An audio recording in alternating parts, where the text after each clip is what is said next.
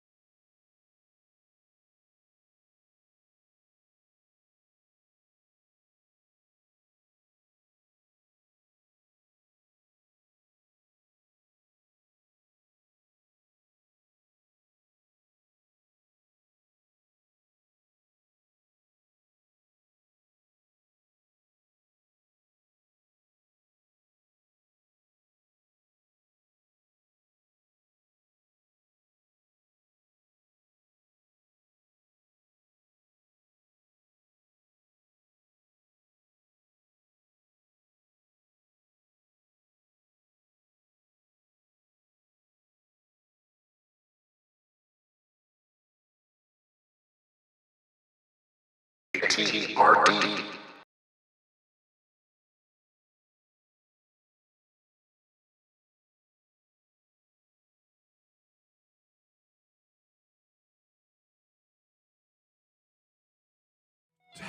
No sound. Why was this down? Oh! Why was that down? Producer Rob producing at the moment. That audio's never down, people. And it was down. Oh! I'm so upset. People, this is a live shot inside of the KTRD studios. For those who don't know, we do broadcast out there in the West Desert. There's our shed.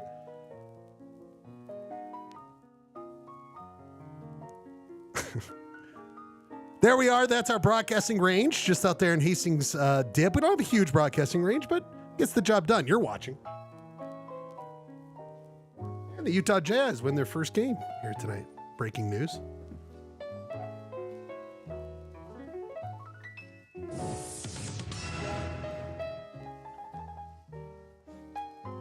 Monday Night Football still going down. We wait. Anyway, new look. We got a camera set up inside of the old KTRD studios here. Never had a camera here. A lot of people ask me, Ryan, we know what it looks like. Well, they don't ask me. They come up to me, frankly, with a nice handshake. Maybe a couple of $20 just for all I do. Ryan, here's $40 just for all you do.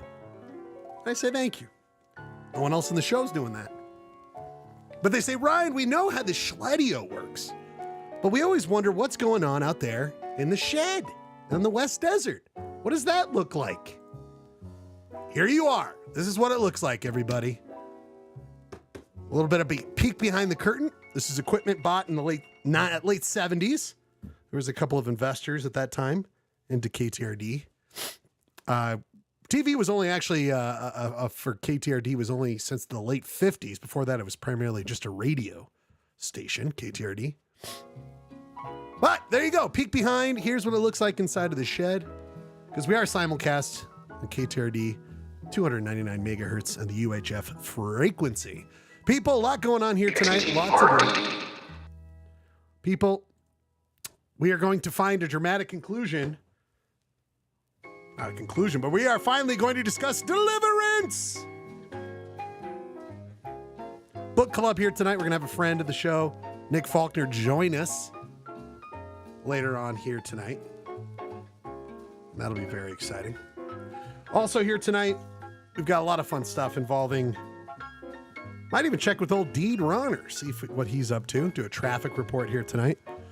We also have Woodstock 99 round 3. If you haven't voted yet, I sent out the link, send it to your friends and family. More people to vote, more fun it is.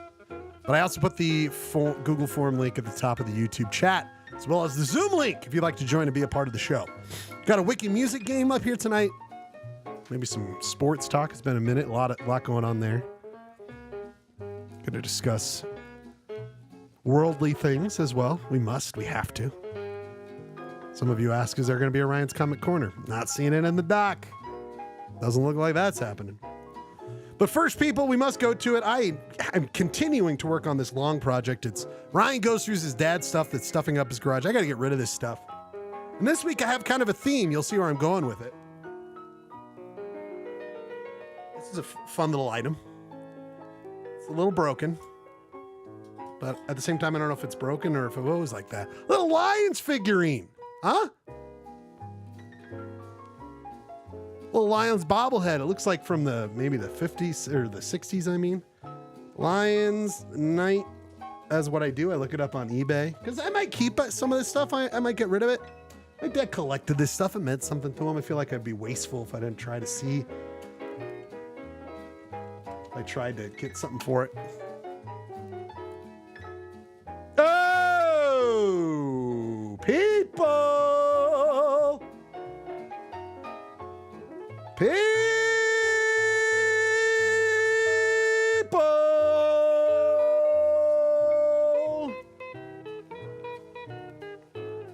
I'm going to reveal this with our good friend, associate of the show. Yo. Ryan, you there? I'm here. Welcome, buddy. We're just inside the old KTRD shed studios here. Oh my God, look at this. I am into this. Yeah, buddy. Well, of course, I was explaining earlier, people always ask me, Ryan, what's inside that shed out there in the West Desert, our broadcasting range? And I was like, let's set up a camera in there. So this is inside the shed. This is what it looks like. This is the broadcast setup. It looks a little different. Like, I guess it's a different angle from usual in this Schledio. Well, this is I'm in the Schledio. This is the shed out in the West Desert. Oh, you see the one right there at the bottom? So is it, yes. Is it pretty automatic? Like nobody's working it right now? Sometimes there's someone there. Sometimes there's not. So it's all over the place. I don't think, hey, is anyone there today? Hello? I don't think anyone's there, Ryan, but I hear there are some times that people will be there is what I hear. Okay. Oh, okay. Like our good friend Lincoln Town Car, who helps us out on the road. He'll be there at some point. So we'll have lots of friends. But we are going to check in with an old friend today, Ryan. We got a traffic report coming up here later on tonight. On Polyester Blend. I think Deed Ronner was probably around San Diego the other yesterday. Really? Or no, not yesterday. Halloween. What was that? There was a lot of fires going on. There was a shooting near SDSU. Whoa! Are you okay out there? What's going on with this San Diego situation? Nothing's okay in San Diego. Oh, well, you don't have to tell me that, buddy. I've been there. Oh boy, a lot of lefties. A lot of cucks. A lot of woke mind virus. I'm looking at him right now. You know what I'm saying, Ryan? I'm looking at one right now. Yeah. Oh, Gurky. So Ryan, what you missed out? I know, right? Gurk's freaking out. I was going through some, classic Ryan goes through the garage, stat stuff in the garage. I got a little bit of theme here, Ryan. Look at this bad boy from the 60s, this Lions bobblehead. Ooh. Kind of fun, huh? Ryan, how much you think, as always, we looked this up on eBay. How much do you think this is going for, right? $40. About almost $400. Oh my God. Oh my God. Oh, we got real Bubble Craps money coming on here, Ryan. Oh, we got a big winner here. I'm stoked for you. It's fun. Are you gonna sell it? I don't know. Some of this stuff is hard to get rid of because it's it's pops. It's pop stuff. This next one, Ryan, I'm interested in this. I have no idea how much. Don't think it'll be nearly as much as this one. Let's see. 90s. I'll show you here the next one. You'll see the theme I got going on here, Ryan. I don't know if I'll be able to find this one. Oh, actually, I might have just found it. Okay, Ryan, I found it. I can't believe it. Ryan, what we have here.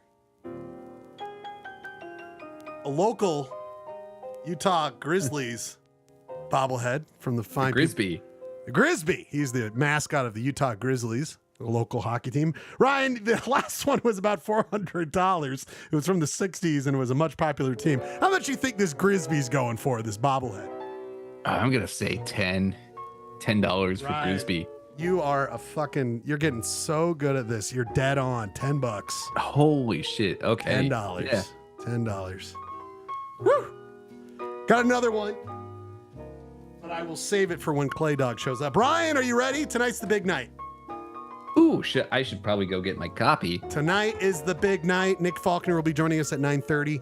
We will be doing a wonderful deliverance talk. Beautiful. Very excited. Very excited. It's already 9 o'clock, Ryan. We got to get to it. It's time for a polyester blend. You ready, buddy? Yeah, I got to go get my book. Go get your book. We're going to do the opening thing, and then we'll be, it's time for polyester blend.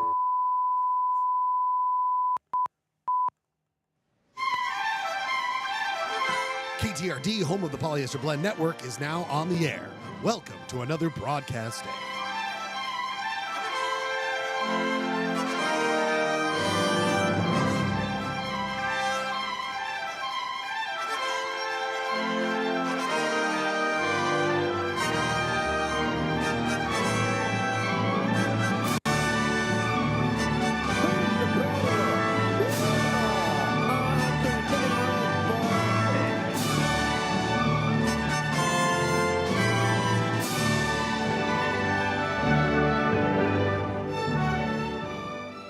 Polyester Blend Live streams Mondays at 8 o'clock over the internet from the Schledio in Salt Lake City, Utah. It is also simulcast from UHF station KTRD, 299 megahertz frequency from Hastings Dip in Utah's West Desert. As Polyester Blend Network and KTRD starts its broadcast day, we ask you to join us as we dissect, try to understand, poke fun, and also share our love of this strange Utah existence. Got that right. Got that right. Strange existence. Oh, yeah, strange existence. It's happening. More on that here in a second. People, oh boy. I don't want to get married ever to anyone. You This might be it. This might be it. The final PBL before the world falls apart. Apocalypto vibe in the air. I want to discuss this with the other Huskies. It's just a weird vibe. It's a weird vibe in the air. But we're going to find out. Got lots to discuss. If we're going out on top. Like Polyester Blend has always been on top. With all the fun and excitement of what we had. I was sick last week. I'm back to more or less 100% health. And that means we're going to have a 128% great show. It's Monday. It's time for Polyester Blend Live.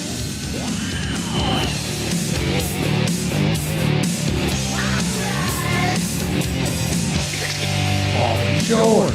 Oh, people. We are here together. Ryan, are we not here together? We are here together. How am I We are sound- here. am I- Two am I- peas in a pod. Two peas in a pod. Back where we need to be. Am I coming through just the way you wanted? Do you hear me great? Do you hear me great? Oh, yeah, you're sounding great. Okay. It's like honey in my ears. Going green. Green. I love it, Ryan. I love it. I love Polyester Blend. Ryan, in fact, I've got this. I remembered, because we're going to discuss this here tonight. Here's the Schledio cam. Ryan, on the loop cam, where I pick an old show of ours and play it on loop. Look at this, Ryan. You know what this is right here on the very right? Look at that on the screen right there. That's what is going on in here? Ryan, that is, well, it's kind of blurry right now, sorry. But Ryan, that is, in fact, I am broadcasting just behind me the last Polyester Blend, the Polyester Blend we did right before the last election in 2020, Ryan. That is on the screen. Oh, my right God. Right there, which is all fuzzy. I don't know why it's all fuzzy. But anyway, Ryan, that's right. We did the show in 2020. Louis Godfrey was in the Schledio. That was Schledio B. That was before the actual Schledio was built, Ryan. I was in the garage for this show. But very exciting. Oh, I remember that. Yeah, I remember that garage. Yeah, so that was the garage show, Ryan. But anyway, I'll be playing on loop What a different time, Ryan. That was when we were still under the Trump administration, but we are not anymore. Ryan, as always, I got to take a shot, see if we're going to have a good show.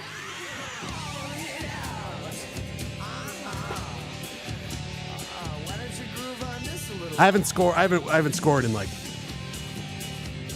5 weeks. 2 months. It's been months, Ryan, since I've scored. Yet we keep having great shows, Ryan. We keep having great shows. It's true. Now we're here.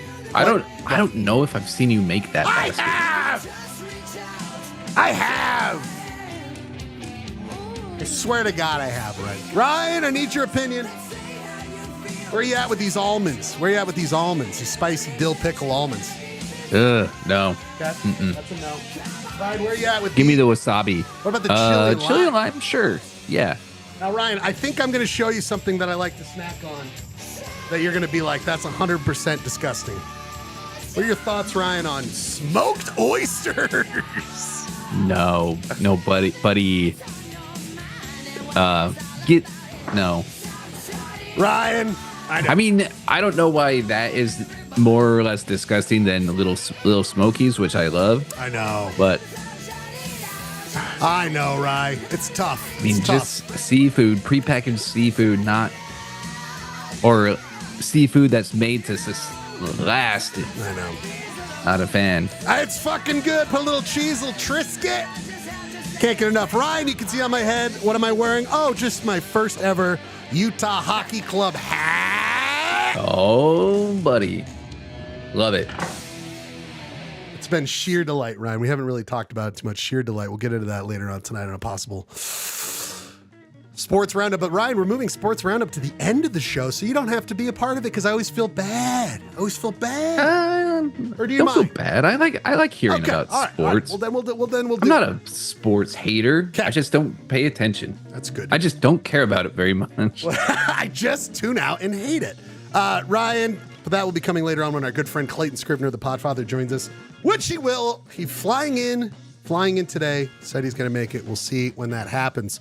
Ryan, the big news is this. We got to get right to it. We're going to skip our normal point of order this week and get right into the biggest point of order there is. Ryan, it's happening tomorrow. Ugh, I'm sorry. We've avoided talking about it. Last time we did the election, Polyester Blend was way more into it. We talked about it all the time. There was just wanting to get rid of Trump, all this kind of stuff. But Ryan, it's happening tomorrow. Is the 2020 election, my friend. How are you feeling right now at this moment? I am cautiously optimistic. I have been, embracing, as someone we know once very recently said, I am embracing the nihilism. Yeah. And the not giving I give a shit. Well, clearly. But when I just don't want to jinx it, because we were in 2016. We were all so cocky. I don't want to do that.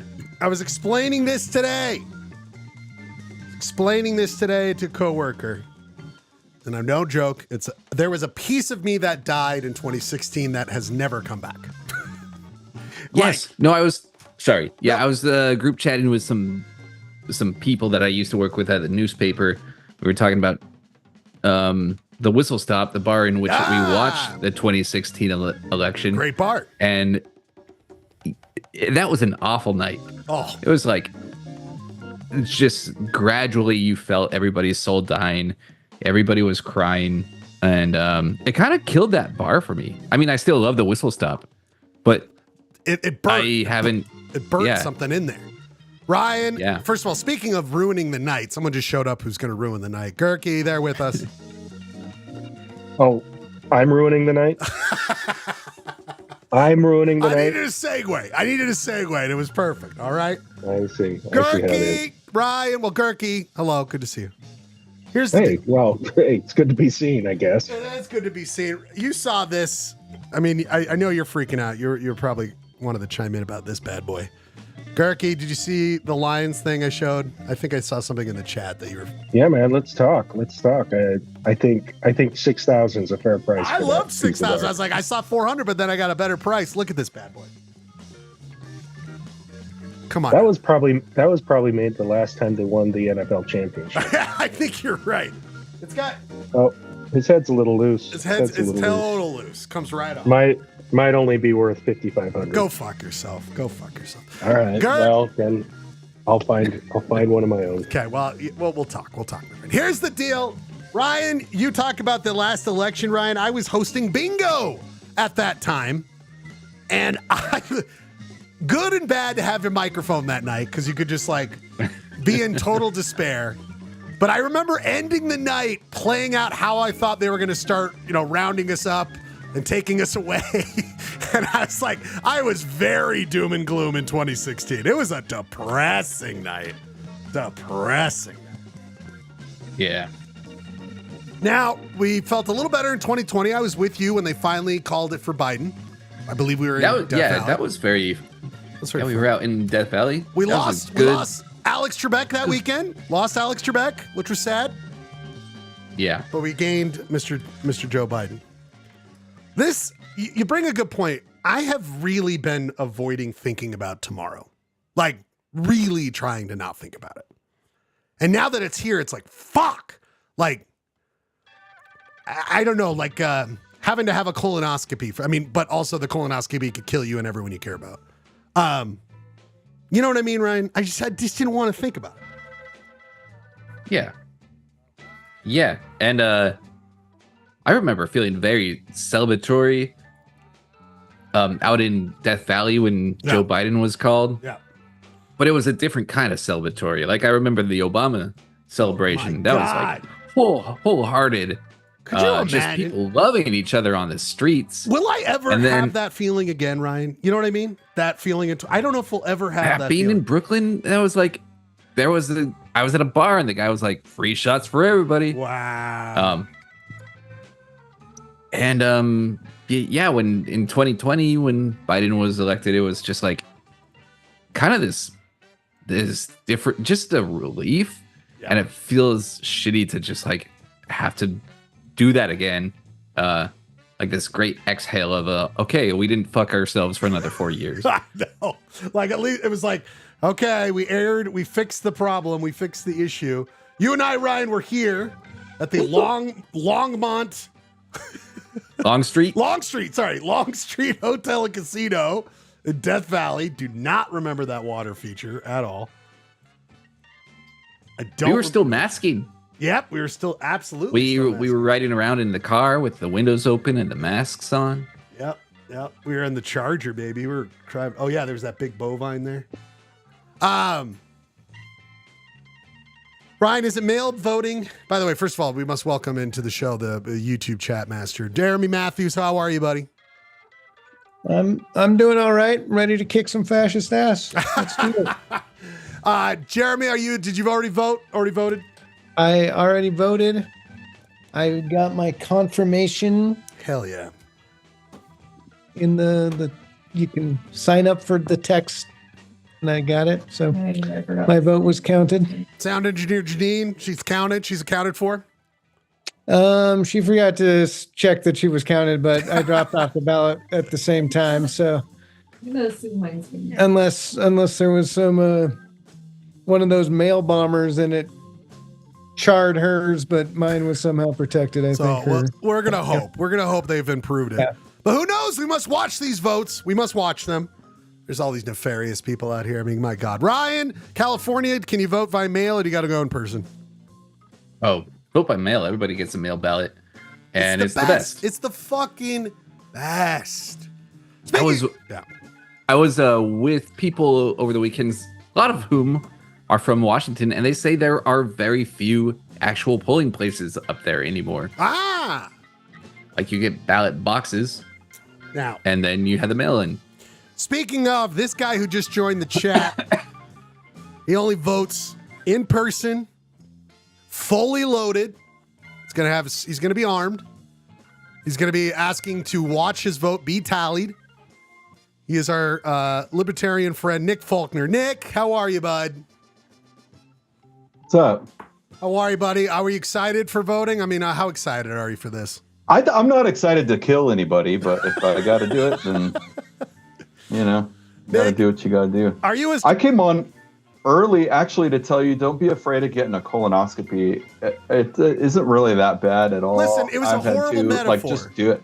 It was a horrible metaphor. I started to get nervous, like, oh, my friend's afraid to get them, and then they're gonna all start dying. No. In fact, I should get them. And you know what? Polyester Blend has been and will always be pro colonoscopy. That is something from the beginning we have been, especially with the Husky Boys and the diets we have.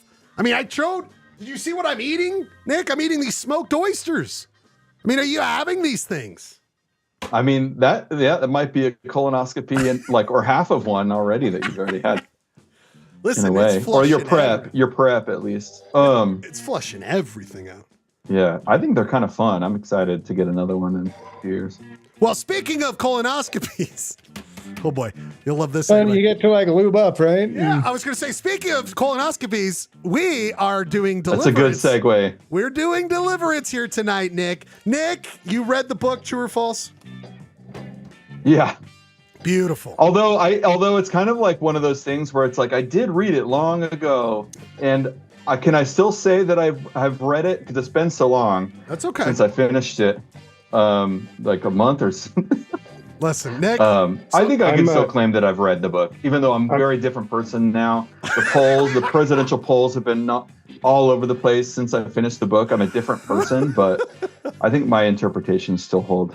Well, thank you. I'm gonna put a link in the chat to the cliff notes for the book, just so we're all, well, they'll be ready to go. There'll be some fun and exciting news later on when it gets to that segment. Ryan, I gotta tell you though, buddy, you're right. This is your segment. You're gonna be controlling the ship for the Deliverance talk. The ship? Uh-huh. Okay. You lead the conversation. You gotta give us all the information. You're taking care of this one, okay? Oh, I was not expecting this, but okay, we can do it. Hey, Deliverance. I will deliver some ants. Thank you. Thank you. Clayton texted that he was leading the show on this, but he's not here at all, I guess. There's none of us. We all have to sign off as a majority if that's going to happen, and none of us signed off on that. He is not control. He's got Clayton Sports Roundup. That's it. He got a lot of actual negative votes also. Oh, God, I can't wait. Did everyone vote here tonight? Because we got Woodstock 99. Ooh, and I'm looking at the numbers right now. These are doozies. Nick, we haven't talked to you since the Woodstock 99 draft has started. Your thoughts so far on this? Yeah, I'm excited for the later rounds, I guess. That's fair. I mean Willie Nelson and stuff, and James Brown and guys. It's like I'm more of the kind of like let's vote for the most 90-90 of the groups, and not the most Woodstocky of the. Yeah, that makes sense. And so, I'm waiting for the big heavy kind of Rage versus Korn matchups. Tonight's a big one. Tonight we've got Korn versus Alanis Morissette, and then Bush versus James Brown. But Bush, we'll see what comes out of that one. So that coming up here later on after we discuss Deliverance. People, it is 9:18. No point of order this week. I couldn't do it. I've been trying to avoid the news, but I'm doing that glimpse in just a little bit. I'll pull up the headline, I'll pull up the page and then turn it off real quick. Nick, are you stressed out about this election tomorrow? Or are you just over it? Where are you at emotionally with tomorrow? I'm over it.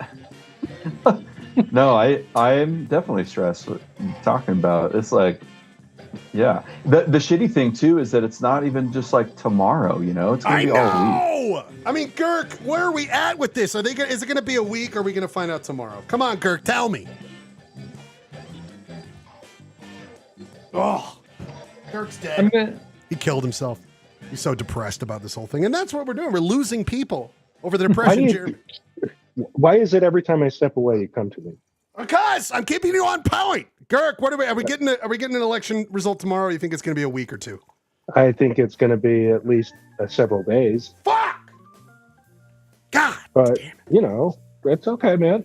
That's the thing is, that's not that unusual. That's true. Counting votes is always taking time. And it's going to take a little bit more time this time. And when a race is close, it's got to make sure everybody's counted. But it'll be... about where everyone's Could you imagine if it's just fucking huge ass blue wave and Trump actually like concedes tomorrow night. He's that would never. be what are the odds against that on Poly? What is it? Poly Bet or whatever. If Trump just comes out and says, I lost and I'm a huge piece of shit and I deserve it, I will be running nude through the streets of Salt Lake City. So keep an eye out. I don't know if you saw this the other day, Nick, but Pat Munger, failed treasure hunter, successful quiz writer, actually not successful quiz writer anymore. He sent the other day on one of the threads, Trump ? And I was like in the bathroom or something, like I wasn't looking at the news. And for a brief moment, I was like, oh, he had like a stroke. Like, it's over. He died. Like, the fucker's like almost 80. He's not in great health. I mean, I guess he's in decent health if he's running around the country and all this. But I'm just saying he's older. But I had this moment and it was like 30 seconds of just like, oh, and again, no. I just thought, what if he died and it's over? We don't have to worry about it. But then I was like, no, nothing. It was just one of Pat's moments. You're going to get the Secret Service knock on your door just like Mickey Rourke here. Listen, could you... They're knocking on the Schledio. Michael was simply saying it would be nice if Trump died. He did not express any desire to... Nothing about Louisville Sluggers or anything. I didn't say, I can't believe they missed last time. I didn't say anything like this. Come on now. Anyway, people, we must... It does seem like he doesn't have the juice anymore. Has anyone been... Oh, yeah, he absolutely. He seems over it. Like, he's just like whining, like, I wish I could lock up like Pelosi and put Liz Cheney in front of the firing squad, but the crowd's not even into it. They're just like... Dude seems gassed for sure. Absolutely. But it's also like, this has been his shtick for 8 years now. And it's like, he's an entertainer, and there's not a lot of entertainers who can kind of keep the same shtick going for 8 years. He's at his like, it's like he's at his. He needs to like reboot the show, reinvent himself. It's like, remember when Gallagher was smashing watermelons? I was just gonna do the other guy. Hey, who's there? The fucking the 80s Fonzie? comic. Andrew Dice Clay. Andrew Dice Clay. He's like late 90s Andrew Dice Clay right now. Like, hickory dickory dock. Hickory dickory. Hey, I Watch wish me suck on this mic. I wish they would have killed this Pelosi. Oh, I mean, like, yeah. I mean, it's just. By the way, kind of want to steal this look. That slick back, Ryan. Heck, that's a serious slick back. Maybe I need. You can tell that guy's a serious piece of shit just by that photo. I need you guys. I forgot. This is we got to go to the court. Poly one. Okay. Poly Court is open. I need you guys ruling on this. I've run into a disaster. Okay, and the slick back hair, you'll see why it's relevant here in a second. Ryan, you'll be the judge here, but everyone else can judge here, the entire Zoom. I got a text. So Nick, you know I live close. We're both in Rose Park. You go by the barber shop near you, right, Nick? Yeah. Yep. I do too. We both have one like a same distance, and they're the only two within like a ways. Very close. Now I get a text this weekend after I go to Steph. Oh, I need a haircut. And I get this text. It reads as follows. Hey, Ryan. And I go to this one guy there. I just locked into him. He's a nice guy. I'm into it. Hey, Ryan, it's blah, blah, your barber. Just wanted to let you know I'll be moving to another barber shop next Tuesday. If you want to follow me, it's at Trolley Square. Hope to see you there. Oh. I need everyone's ruling on this. Nick, do I follow or do I move on and just find someone else there? Oh, no. As for someone who I've never been very loyal to barbers, I even honestly go to the same place that I walk to and I schedule it the same day. And I always say whoever is available. Okay, I used to do that. Okay, I'm so glad you say that. And then they look at me weird when I go in with the last person who cut my hair. And I'm just like, whatever. I can't be held responsible for this, you know? But no, walking to a haircut on your lunch break, like, come on, you can't give that up. Yeah, absolutely. Okay, Nick's ruling. At the court, he's saying I can't. Ryan, your thoughts? Same feeling? I don't know. I think loyalty. I'm kind of a loyalist. I'm a loyalist because I don't know. I've had a lot of shitty haircuts, and when you find someone you like, that cuts your hair well that you like, it's hard. to like leave that. Oh my God, we are a tied vote. I didn't think it was going to be this close. Jeremy, we gotta like go. Can you get us all on here to judge each of our haircuts? Because yes, we should be open to judge. This should factor in, right? Oh, and that's a fair point. Look at this, but I mean, I also don't go very often. Here's I'm wearing a hat right now, as you can see, but this is a photo of me the other day. So this is what I'm looking like these days. And I just, bada bing. Oh, I'd like a little off the top. Oh, okay, Jeremy, what do you think?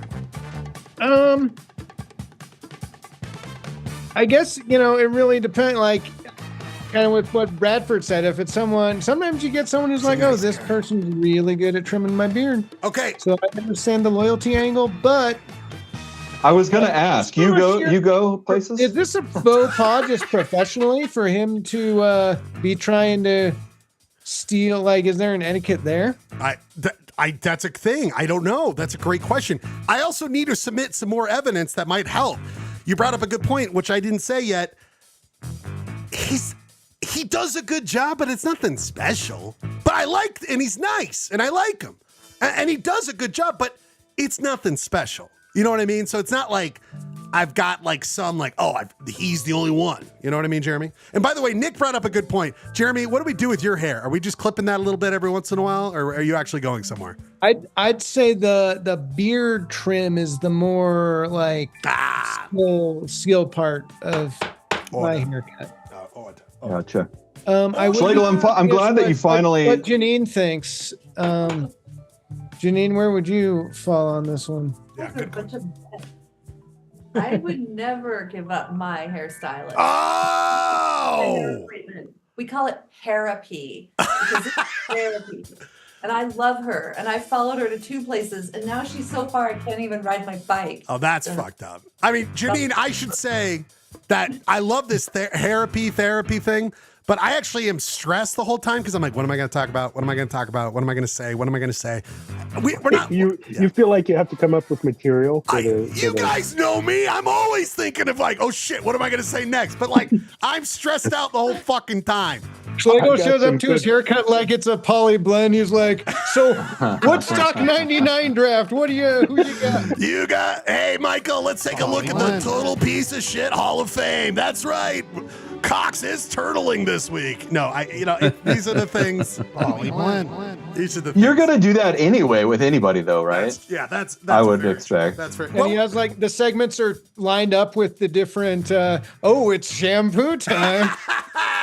What's in the bubble? We're hearing a lot of. I don't know. Like it's like it's time to dry that scalp. Nick, what was the thing you were gonna say? You were gonna say something. Oh no, I'm just glad that this is a good opportunity because everyone's always talking about your haircuts, and like I'm glad that now you're gonna have a different guy because everyone's always talking about how like your haircuts have really been nothing special. That's so true. So true. And so now hopefully they'll be excellent. I'm glad you said. And also, I had this freak out the other day. Because I was like, I'm locked in. I always was like, my dad got locked in with his 80s haircut. I'm basically my dad. I've had the same haircut for 15 years. That's what he would have been like in the 90s. So I'm like, fuck. Maybe this is an opportunity just to be fresh, start new. Oh, switch it up. Switch it up. You shave it sometimes, right? I buzzed it during the pandemic because it was easier. Gurky, I need you to throw it out there. What's your vibe here? Damn it! Now I'm chewing. So I've done the thing where I followed somebody to a new place, and it worked. Let's see the hair though, Gurk. Let's see the hair real quick. Well, I was going to say for the last like 8 years or so, I've basically just done the same thing where I take it out of the box and snap it on to my head. Just kind of put it on my head and snap it on, and then go about my day. There you go. There's my hair. It's like and it's all going away. It's like I'm just at like my Jack Nicholson 80s point where I'm like I could slick it back and and just have like the thin. It's just like thin hair. It's like what am I gonna do? But I have enough. I don't know. It's tough. It looks full. It looks like full head of hair at this size. You're really small on my monitor, but that's the way I like to keep it. Let's keep it that way. Anyway, Gurk, what do you say? Follow? No follow? I say you go with him. I go with him? Mm-hmm. You know, I mean, in this economy, that guy obviously valued your patronage enough that, you know. Also, find out if this new location means he's going to charge more. Ooh, good point. Does anyone know the Trolley Square Barbershop? I don't find. Anyway, Ordah. He probably got summoned over there. They're like, you know how much you make over at Trolley? You talking Trolley Square dollars? I know. It's ridiculous. Well, word got out that they're watching Polly Blend up at Trolley. They're like, this is the guy that does his Schlegel's hair. We got to poach him. Right. Hot sauce money coming in. He can. Yeah, we need a photo of me in the window, like Ryan Schlegel Polyester Blend, like gets his haircut here, like that. Kind if we can get one celebrity, just one celebrity to come in and do it, like we're gonna get Taylor Swift or Yeah, Ryan you think Schlegel. he sent that to all his clients? It was literally just you. I need that PBL Got to money. get Schlegel in here. Speaking of getting in here, he has been someone I have avoided following for some time, but he keeps showing up here. He's a big fan of Camas. He loves that town. He loves showing up late to his own show. The Podfather himself. Clayton Scrivener, are you with us? Yeah. Hi. Polly Blend. Clay, I've been thinking about this. Sorry, I thought that was Gurky, not Andrew Dice Clay there for a second. No, it is. Girk just got some new shades, new look. We did a Polyester Blend makeover, and we're like, Girk was our first guy. I think you could use some shades like that. Maybe get back into cigarette smoking. Look at this chest hair, that beautiful white chest hair. Have you seen this kind of stuff he does online? He does things where he sits up people and acts weird. No, I'm not gonna be watching that. Clayton Scrivener, we normally play you trumpets, but I've been thinking, because you do this thing where you show up later and later, and I keep on thinking of having a trumpet scale for you, like where there's the royal horns when you show up on time, and I think as you go along we have like more like wah, wah, wah, like that kind of thing to just to play that out. When I fly across many states to come be part of this program and still get shamed.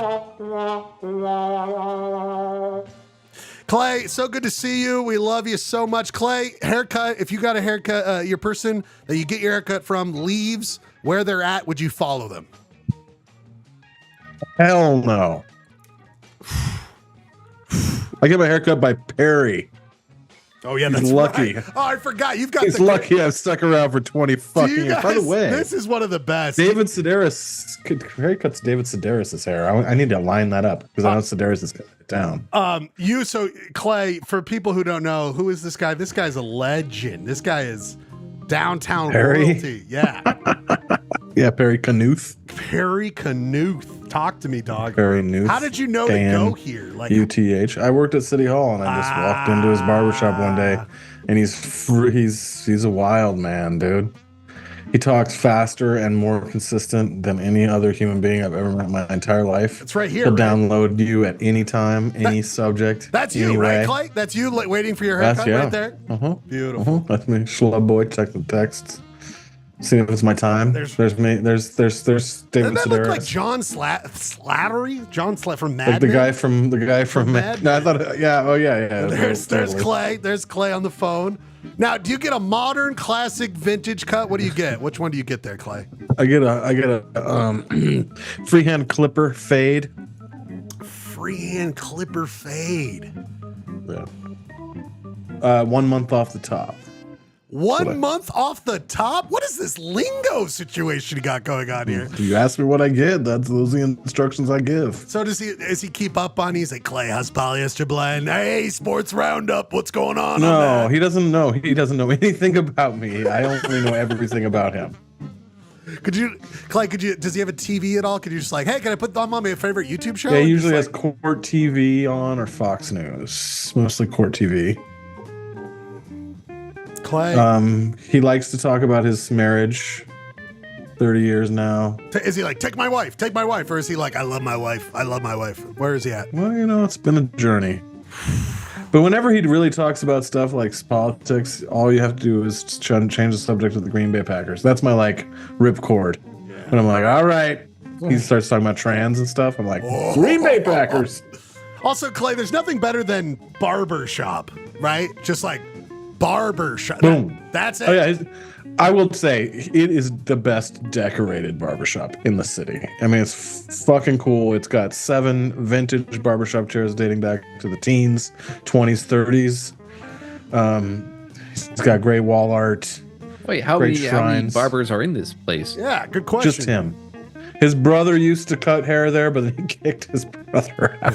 Why? What happened? He's probably just cutting in the profit Look margin. at this guy so happy about his haircut. Oh. Where's Perry? I want a hot Perry shot. Is Perry? How old's Perry? What are we dealing with on Perry? That was Perry, the first Is that picture. Perry? No, the first yeah, but in the background. And that's you up front, Clay? That's you in the chair? Yeah, it's me. Yeah, I've been getting my haircut since I was 12 months. Looks pretty. He's a master of that high top, that fade, brother. God damn. I love the curtain, Clay. You didn't bring up the curtain, by the way. Look at that cut. Should get that one next time. Flat Ryan. top. That's your new look. Yeah. Flat top. I want a flat top, 1 month, whatever you said, Clay. 1 month, something for Bravo beat about. 1 month on the top, 3 weeks on the sides. It's a freehand clipper, which means no, 1, 2, or 3 on the clipper, right? Buddy, you're the one who's got clipper more setting. You got way more clipper knowledge than I do. Freehand clipper, like a clipper setting. Like if you say, "Oh, I want a 1," then there's going to be skin visible. Yeah. Clay, do you ever call 355-8552? Oh my god. Yeah, that's his phone number. I call him all the time. Like before you needed to put the 801. Yeah, exactly. There's no need for an area code on this motherfucker. Yeah, he's been there for a long time, since the 90s. Well, early has mid anyone 90s. been to that hipster barber shop in the? Oh, Perry hates the fucking hipster barbershops, by the way. He will let you have it. I went there once, and it was it was like the toxic masculinity barbershop. Well, that's like, kind of the vibe with barbershops, right? The modern barbershop. I didn't know that was a thing. Like it was like I was in like a 90s like frat house or something. Yeah. Like women, they were like commenting on like the looks of the women who were just like walking down the sidewalk. And Is it the wolf one in like Gallivan? Yeah, that one. I actually. That one is toxic for sure. And guess what, guys? I was like, I'm not coming back here. Guess who used to work? Yeah. Guess who used to work right there and get his haircut there? And every fucking time it was the most awkward goddamn haircut. Absolutely, yeah. Because I was right there. Because you're not too far away from whatever you do for your day job, Jeremy. Yeah. And, that was the reason I went there. Is I was like, oh, this is close. How looks like it's probably got some skilled people. Is it still there? Is it still going on? I have no idea. I went the one time. I'm like, I am never coming back. I worked across the street, and I would walk to work past there. And the only time I got my haircut there, they said something about every single person who walked by, and I changed my route. Oh, I was like, I'm not walking in front of that place anymore. I know. I don't want them talking about me. And Nick, how many times did I probably walk by? You aren't a male if you can't see that lady. Like everything was just like the weird. They're all those guys used to work at Ray's on Main Street. Yes. I used to go there after my shifts at the bakery, and it was a similar kind of deal, but it was like way bigger, and there wasn't any street-facing windows that everyone was looking out of, so it was kind of like shit talking and sports on TV or whatever, but I can't do it. Yeah, really kind of nasty. I just go to the Jeds on Central 9th. Jeds, man, Jeds. I can ride my bike over there. I can grab some coffee at La Barba. Oh my God, people, we're already so far behind. We must keep going. Ryan, I don't know if we got to get to the relic. Well, great point. Jeremy said this earlier today, and that was such a good point. A lot of people, I'm getting a lot of comments online on our Substack and our all of our comment boards. We're getting a lot of heat for doing Deliverance before we did the Relic. And I just want to make sure everyone knows, let's just be clear, that though we are going to be doing the Deliverance talk tonight, that we will be back next week to discuss the Relic. So we will be back next week. Next week, we'll get to the Relic. We'll have a long conversation about that next week. So just be prepared for that. Ryan and everyone here, when we get back after our first music break, I do want to do a quick, before we get into Deliverance, I want to hear what everyone was watching Halloween. I want to hear the Halloween movie picks. Okay, Ryan? And everyone here. So I want to hear what everyone watched on Halloween because I got to reload. I'm not done with horror movies, Ryan. I'm still going. and I'll tell you what I thought of the ones I watched. Same. Me too. Ryan, you came up with this music theme here tonight. I don't know. Did you add any, Ryan? I've got one if you don't. I got one if you don't. Yeah, you guys can play your picks. I don't even think Clay has any, so I've got two. I'll play, but Ryan, tell us what the theme is, because it kind of goes into our conversation earlier. We got apocalypse songs, songs about the end of the world for no reason, just kind of a random thing I thought of at this time and during the year, at this specific right now. Now, Ryan, be clear. You're not talking. I mean, nothing could go wrong. You're not talking X-Men Apocalypse, right, Ryan? We're not talking Apocalypse from the old X-Men, right, Ryan? I mean, we could have. So that would be kind of fun. Theme is open to interpretation. I am Apocalypse. People, Apocalypse songs are the rage here tonight. I'm going to play one of our favorites, David Byrne. Don't we all love David Byrne? Tiny Apocalypse. Hit. There's a couple Talking Heads Apocalypse songs too. You know. Clay, feel free to send me for the next music break any of your Apocalypse songs. I was actually hoping maybe for the third pick we would do a Rebirth. Ooh, talk to me about this. Like just coming from, like emerging from the sludge. Oh, I love this, Clay.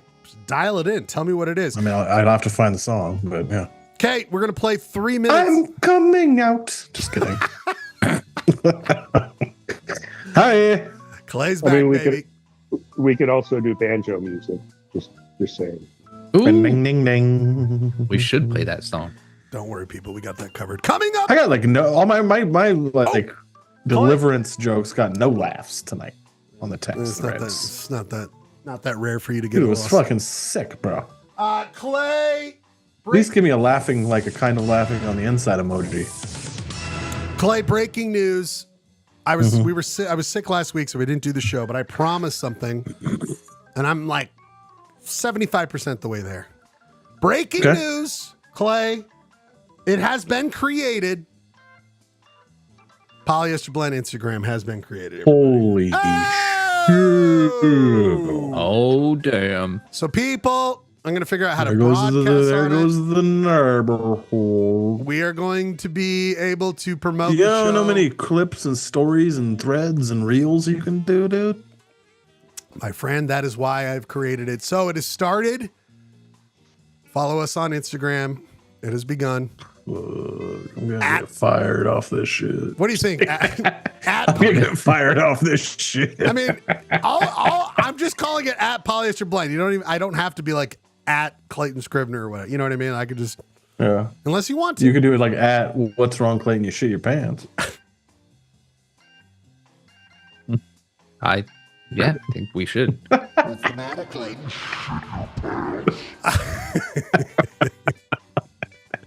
People, one music song break. Tiny Apocalypse, David Byrne, Apocalypse songs. Thanks for being here. We come back. We talk deliverance, Halloween movies, so much more on Polyester Blend here tonight. Thanks for being here. Sure.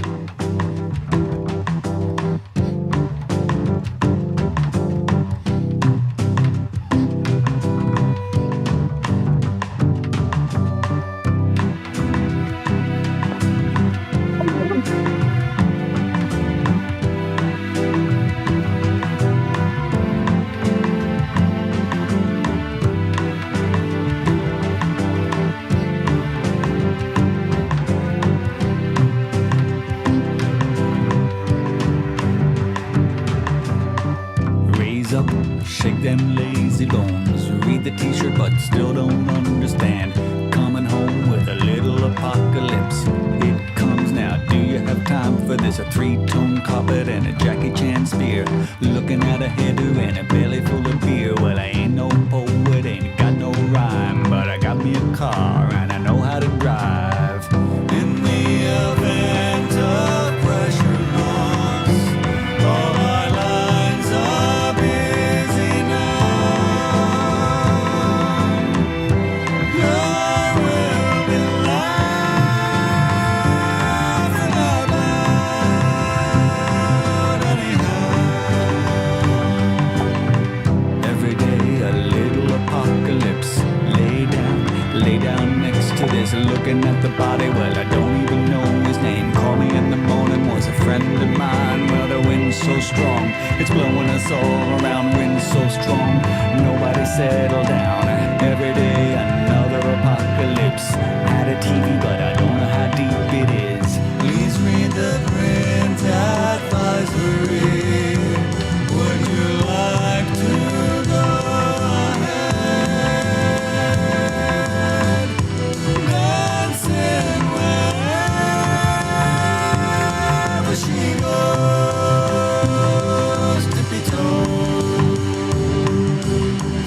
Rhetorical, memorial, invisible, incredible, unstoppable, emotional, illogical, sensational. Little sister gotta take her medicine. Baby brother gonna do it all again. Running fast but cannot catch the bus. Funny feeling, this is part of us. And you must take your medicine. Getting better every day. Good for a limited time. Feeling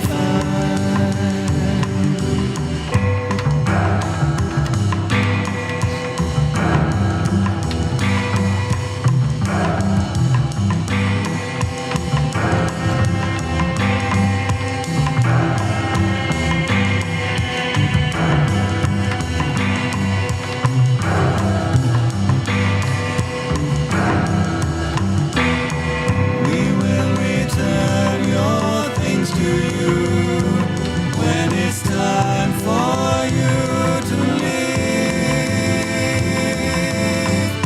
So quiet, nobody knows. Tippy toes. Ah, David Byrne. Ever heard of him? That's a great album. That was an album I don't use. At that time, it was like 2003 or 4.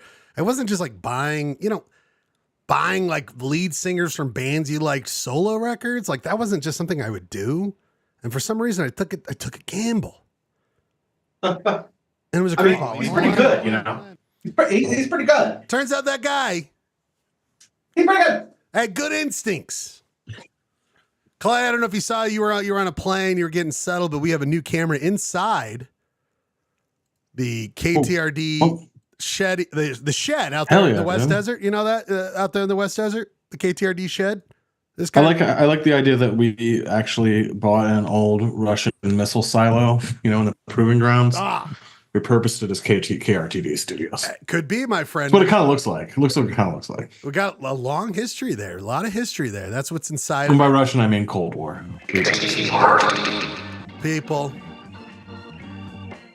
So much going Or on. maybe what they made like a mock Russian missile silo to like practice raiding and destroying them. We bought it. Hey, there's a long history that we're just starting to peel every layer of the onion of KTRD, buddy. There's a lot more storyline to be figured out there. Ryan, last week was your favorite holiday, true or false?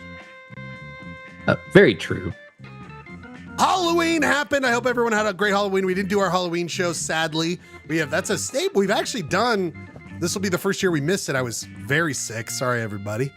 So we didn't get to do our costumes. I already had my costume. I'll save it for next year.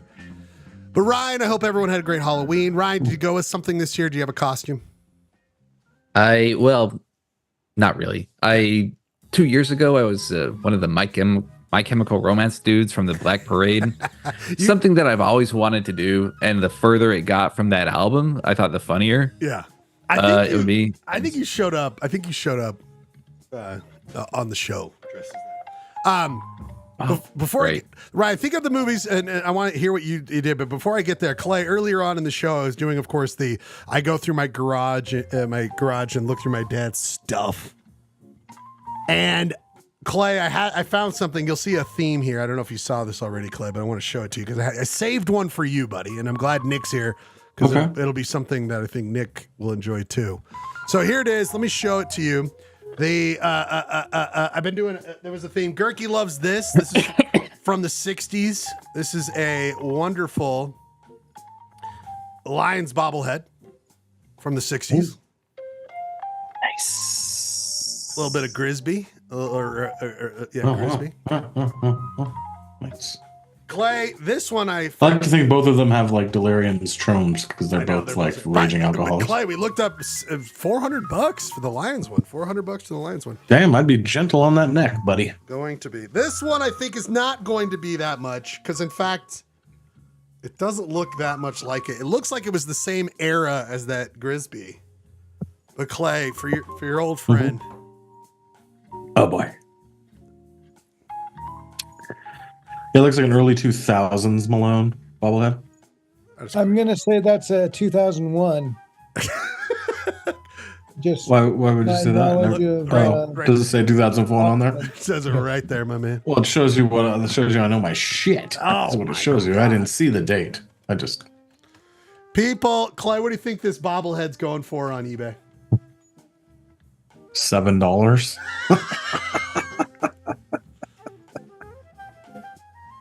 Probably $20. I'm seeing. First of all, that looks less like Karl Malone than the Dwayne Wade statue. It looks like the other Malone that played on the early 90s. What was that Malone? Did you see the unveiling of the Dwayne Wade statues? Yeah, we'll talk about that. We could. Does that bobblehead come with a reckoning for child rape or? Jesus! Your statutory rape. Ah, damn. Fair also, is that a bunch of Sudafed behind Karl Malone? What is that? I was asking Ryan, he hates this. I was asking if he likes smoked oysters. Oh, yeah. Clay, where you at with smoked oysters? Not a fan. I'd pop the shit out of some smoked oysters. Hell yeah, my boy. High in protein and salt. Hell yeah. You're right. If I were to sell this, I should donate it to those who are victims of horrible sexual Are you assault. guilty, Karl Malone? Sorry.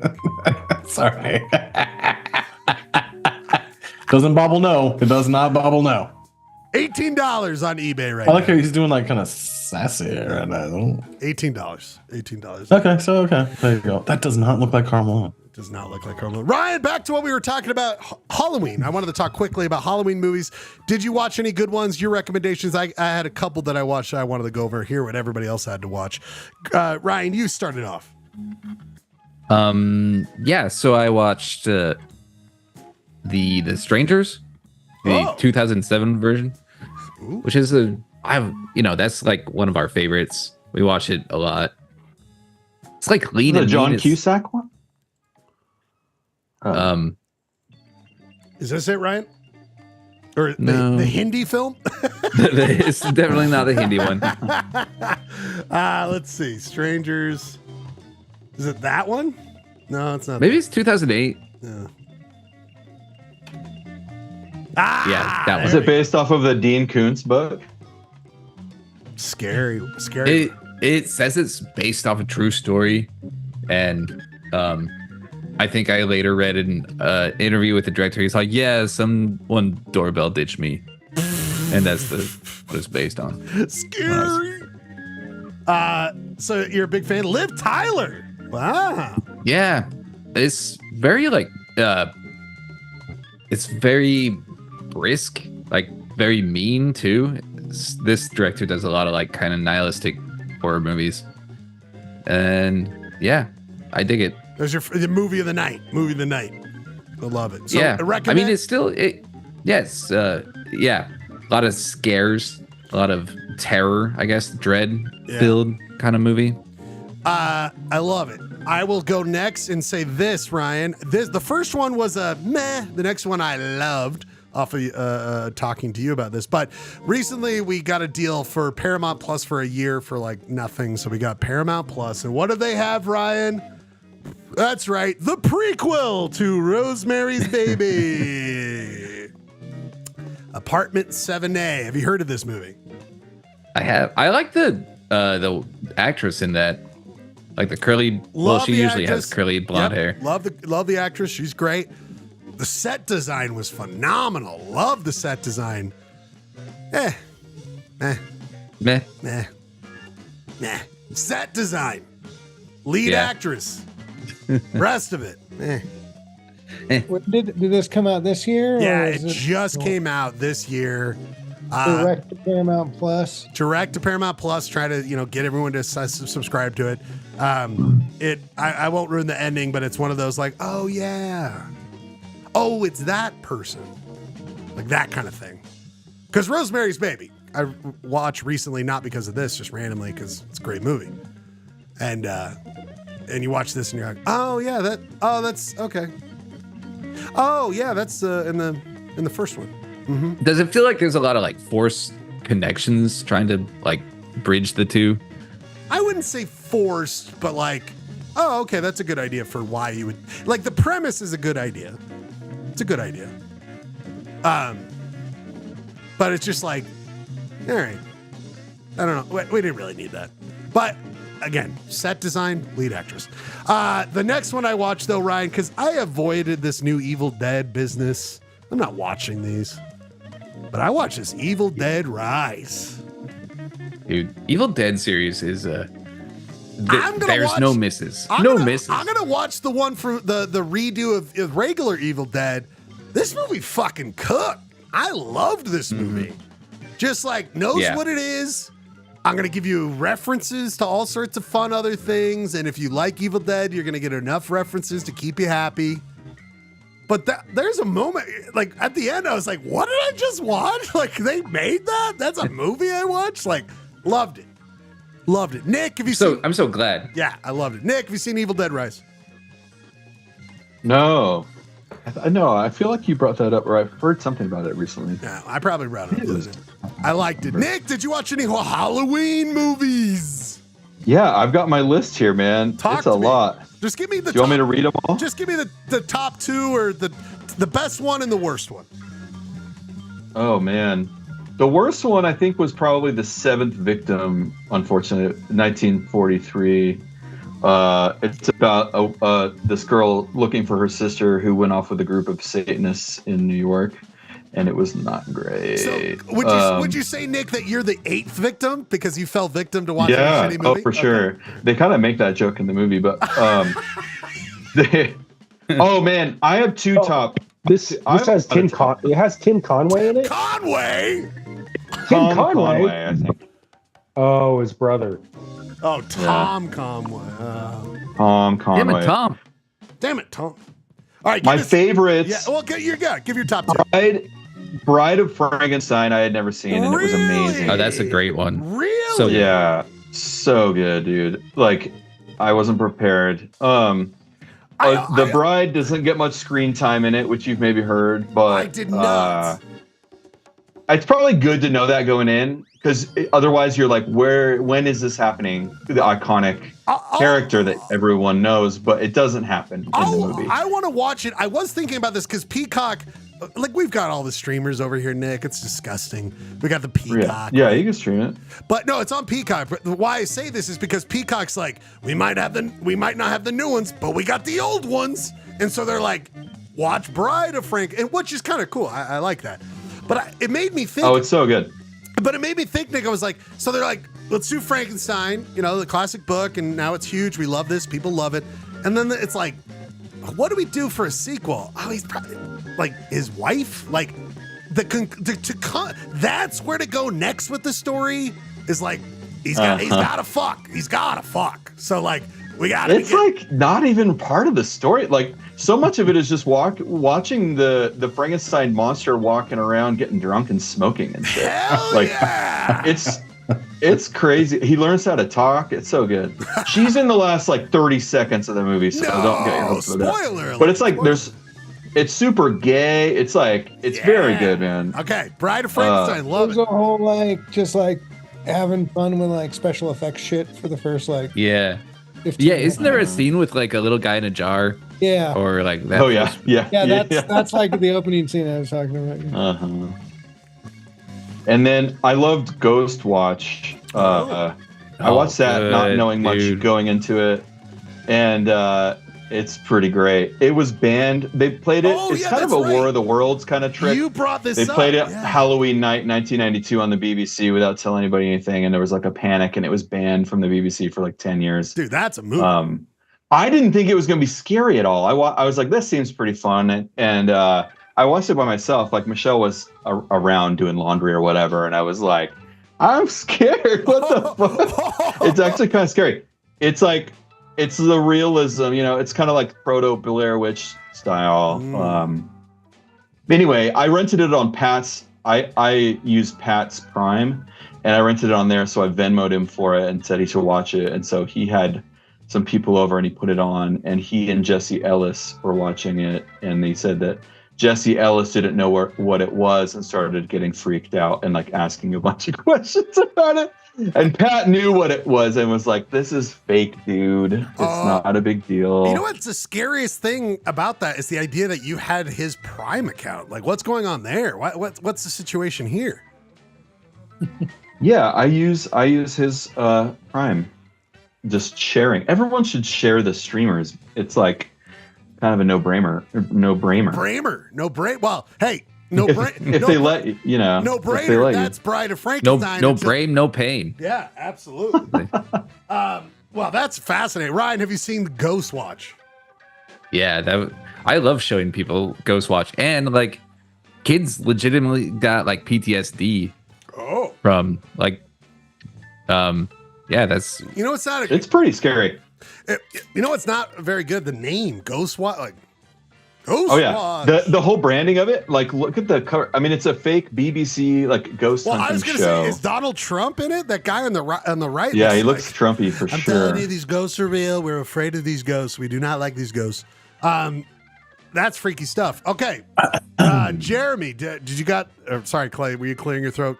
Okay, Jeremy. I remember this used to be a show that I did, but you know, whatever. Keep going. Whoa. Everybody, I'm sorry. I used to have a place on this show. I used to do things on this show. I used to talk. What time did you show That's up? cool. No, please.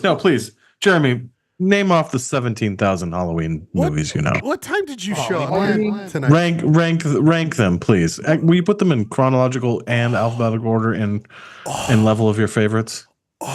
Starting with the silence. Starting with the silent ones, please. Well, since you asked, okay, let's fucking go. Wait, Clay, I'm sorry. Clay, wait, hold on, Jeremy. Before you go, Clay, can we I was literally just clearing my throat, but I did like the idea that I was exasperated that I wasn't talking very much. Clay, I'm sorry. Clay, please just go ahead. You tell your movie first, okay? Actually, I won't. All right, Jeremy, go right ahead, buddy.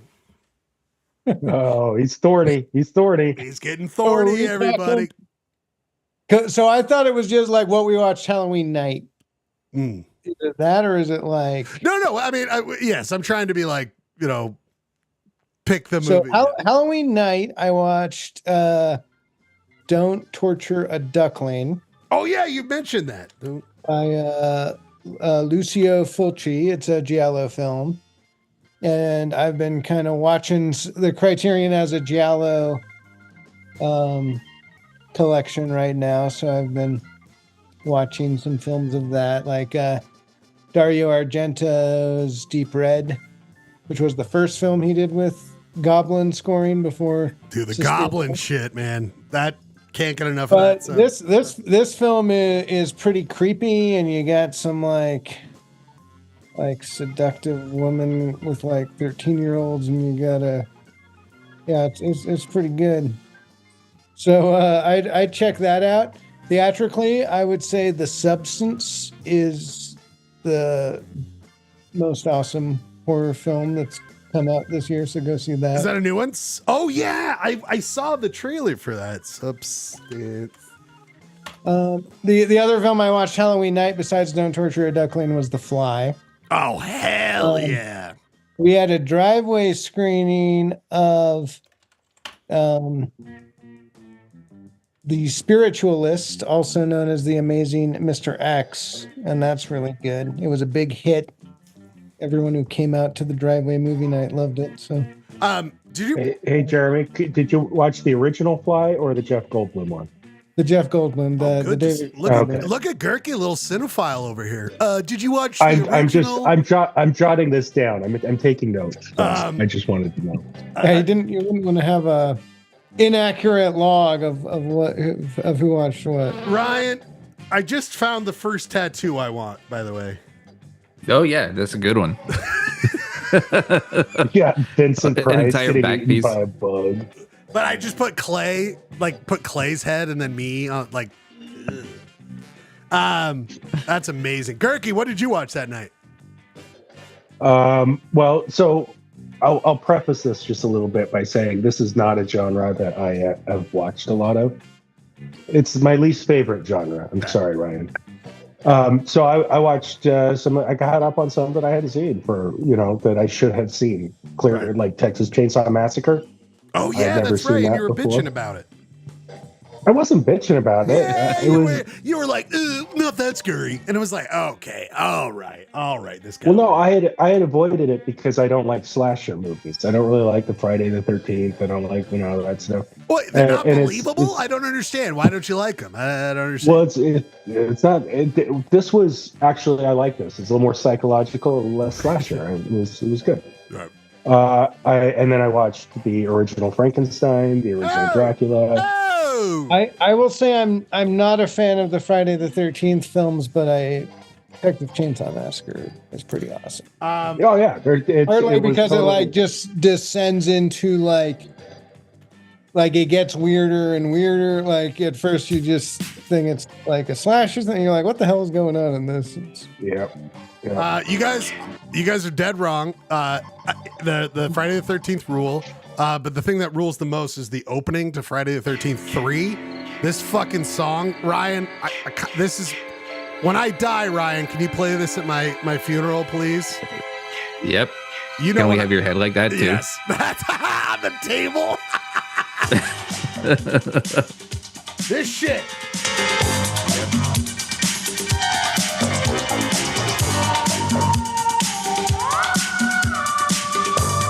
Look at that 3D. Jeremy, come on, man. That song's amazing.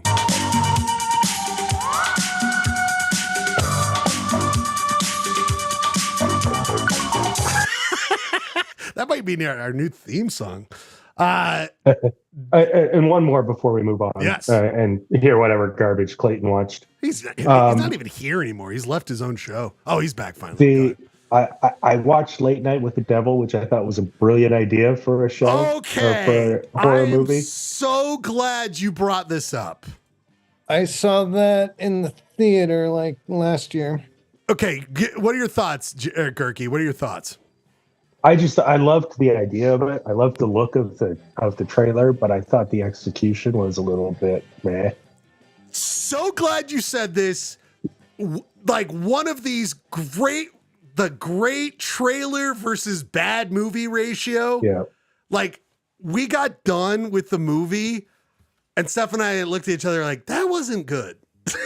Like that wasn't good. But the premise, I was so excited for the premise because I was like, dude, way too much campy explain. Just run it. Don't tell me anything. Just go and just be weird and just treat it like it's the live broadcast. Yeah. Well, like it's like Ghost Store, Ghost Watcher, Yeah, like, exactly. It could have been like that. Exactly. Exactly. Yep. I could have been better. Jeremy, what'd you think? Yeah, I wasn't blown away by it. I did like the bit. There was a bit with like the hypnosis, and then they play back the tape, and I liked that bit. Yeah, like that there were a lot of good ideas. Like as a live TV thing, that was a cool bit. There was a lot of good ideas, but yeah, I didn't think it was terrible, but it wasn't. Ryan, masterpiece. Oh, I thought it was fine. I didn't love it, but I really like that guy. What's his name? The main Daniel? actor. Yeah. I think I was angry just because it was like I that was the movie I had expectations for because their trailer I thought was so good. Before we get to Clayton, we must get to our good friend Jordan. Jordan. Oh, really? We must? I mean, we must. If I could get to anyone but you, that's what I'm trying to do here. Jordan. I mean, my little brother literally has nothing to do with the program. Cool. He shows up. He's a part of the I'm program. just kidding. Is he here? He's here. Jordan. Love to see him. Is he here? Well, he's here. I don't. We can't hear him. He does. This is the problem with Jordan. Sleep bomber, let's go. He looks Lots. Step up. frustrated, but we can't hear him. So many. And I know audio Gordon problems. has some movies to talk about. That's He's what got some No, but stuff. really, I want to talk to him about what happened in the NBA tonight. Hold on. We get to all this. We'll get to all. Well, maybe while he gets his mic going, we could let Clayton. Wait a minute. Wait. No, sorry, that was out of line. Wow, we could let Clayton speak. Oh, here Jordan, he is. Go ahead, Hello. Jordan. Go Hey, ahead. what's up? What's up, people? Talk What's up, to party me, people? Jordan. Talk to me. What Halloween picks? Is that why you joined us? Well, I skipped the last 4 minutes because I was catching up with you guys, but I watched a weird. I do this thing on Netflix where I watch it from I watch movies from earliest release date. Oh. So I watched a weird movie from the 70s I'd never heard of before. It was called The Sentinel. It's directed by a guy named Michael Winner, who directed Death Wish, the original Death Wish. Hell yeah. Was it a Yes. winner? Was it a winner? The first Little the night of first the half- devil situation here. Looked good on paper. Yeah. Well, the first half was on point and moved quick. Jeff Goldblum in the house. It's like Jeff Goldblum's first movie. He's barely in it. Whoa. Actually, the cast is insane. Burgess if you look at the cast. Meredith. Yes. Burgess The Meredith is in Penguin it. himself. Yes. Wow. He made him eat lightning and crap thunder.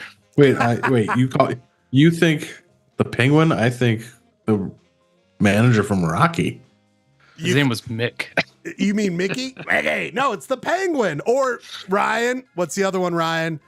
I knew him as the manager. You guys know him as Penguin. I was on it was a business relationship with me. Apparently, it was informal with you people. Dad from Grumpy Old We need Man. to do some release date research and figure out, did this come out before Annie Hall? Whoa. Around the same time. I think it might. They're both 77. That's Yeah. Oh, fuck. Looks like it's Dixville Notch is February. casting their votes, boys. It's midnight in New Hampshire. February. Oh, for shit. this, Don't tell the me that. Sentinel March for Annie Hall. So the Sentinel was first. Cool. Yeah. Dixville Notch. Eli Wallach, who is the ugly and the good and the bad, the ugly is in it. Chris, Ryan, we watched the remake of this movie. What was it called? The one about the one you told me, the Vegas movie, Ryan, with the vampire Fright Night. Fright Night. Yeah, that's the guy. That's the Jerry in the original. Fright Oh, Night. yeah. And Good remake. And he shows up in the remake. We watched that Yeah. too, by the way. We watched that too. Never saw Very, it. Girls, the lady, the Vegas suburbs horror movie. Yeah, it's a great Vegas movie. Subtle, weird Vegas movie. Yes, Ava Gardner's in it.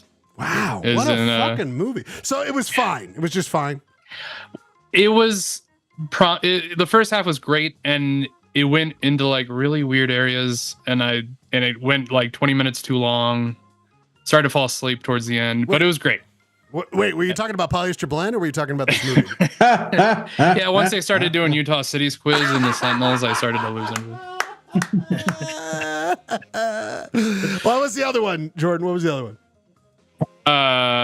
There was no other Okay. one. All right, so the Sentinel. But I was going to talk about the Strangers because Dennis from Always Sunny is in that. Wow. I'd like you guys to know that I went to the oven in my kitchen and it was 11:13. Whoa. Because I haven't been home. I just got home from Portland and I was like, fuck, it's late. I got to close down the Polyester Blend. And that's why I went off the air. Got kind of panicked that it was late. Story. I mean, again. Then I just looked at my phone. It's 10:13. We're good. I'm here. I forgot to fall back. Do you guys, I mean, when Clayton's like, I thought this was my show, and then he says stuff like that, and you're just like, but why? Why does he even talk? I mean, he why thought does he was an hour. He thought he was an hour later to the show than he actually was. I never even thought about that. To his own logic, he showed up with 30 minutes to go in the show. All right. Well, Jordan, what did you want to say about The Strangers? Because, of course, Glenn from... Yeah, please, let's talk more about this. Well, it was good. I like The Strangers. It was great home invasion movie. Wow, that is really creepy. That is why Ryan Great home watches it invasion. all the time. All the time. I love home invading. Clay. I love... Clay, it is your time. It is your time. My time to talk about what? I have a question for my brother. Yes, I'm here. Do you believe believe in jazz over booze. Hold on, we got sports. Hey, right now. no. This is an important question because the Jazz were 0-6 to start the season, and they did beat the Bulls tonight on the road. If there was any team that they were going to beat, it was probably the Bulls. I just think that's sweet justice.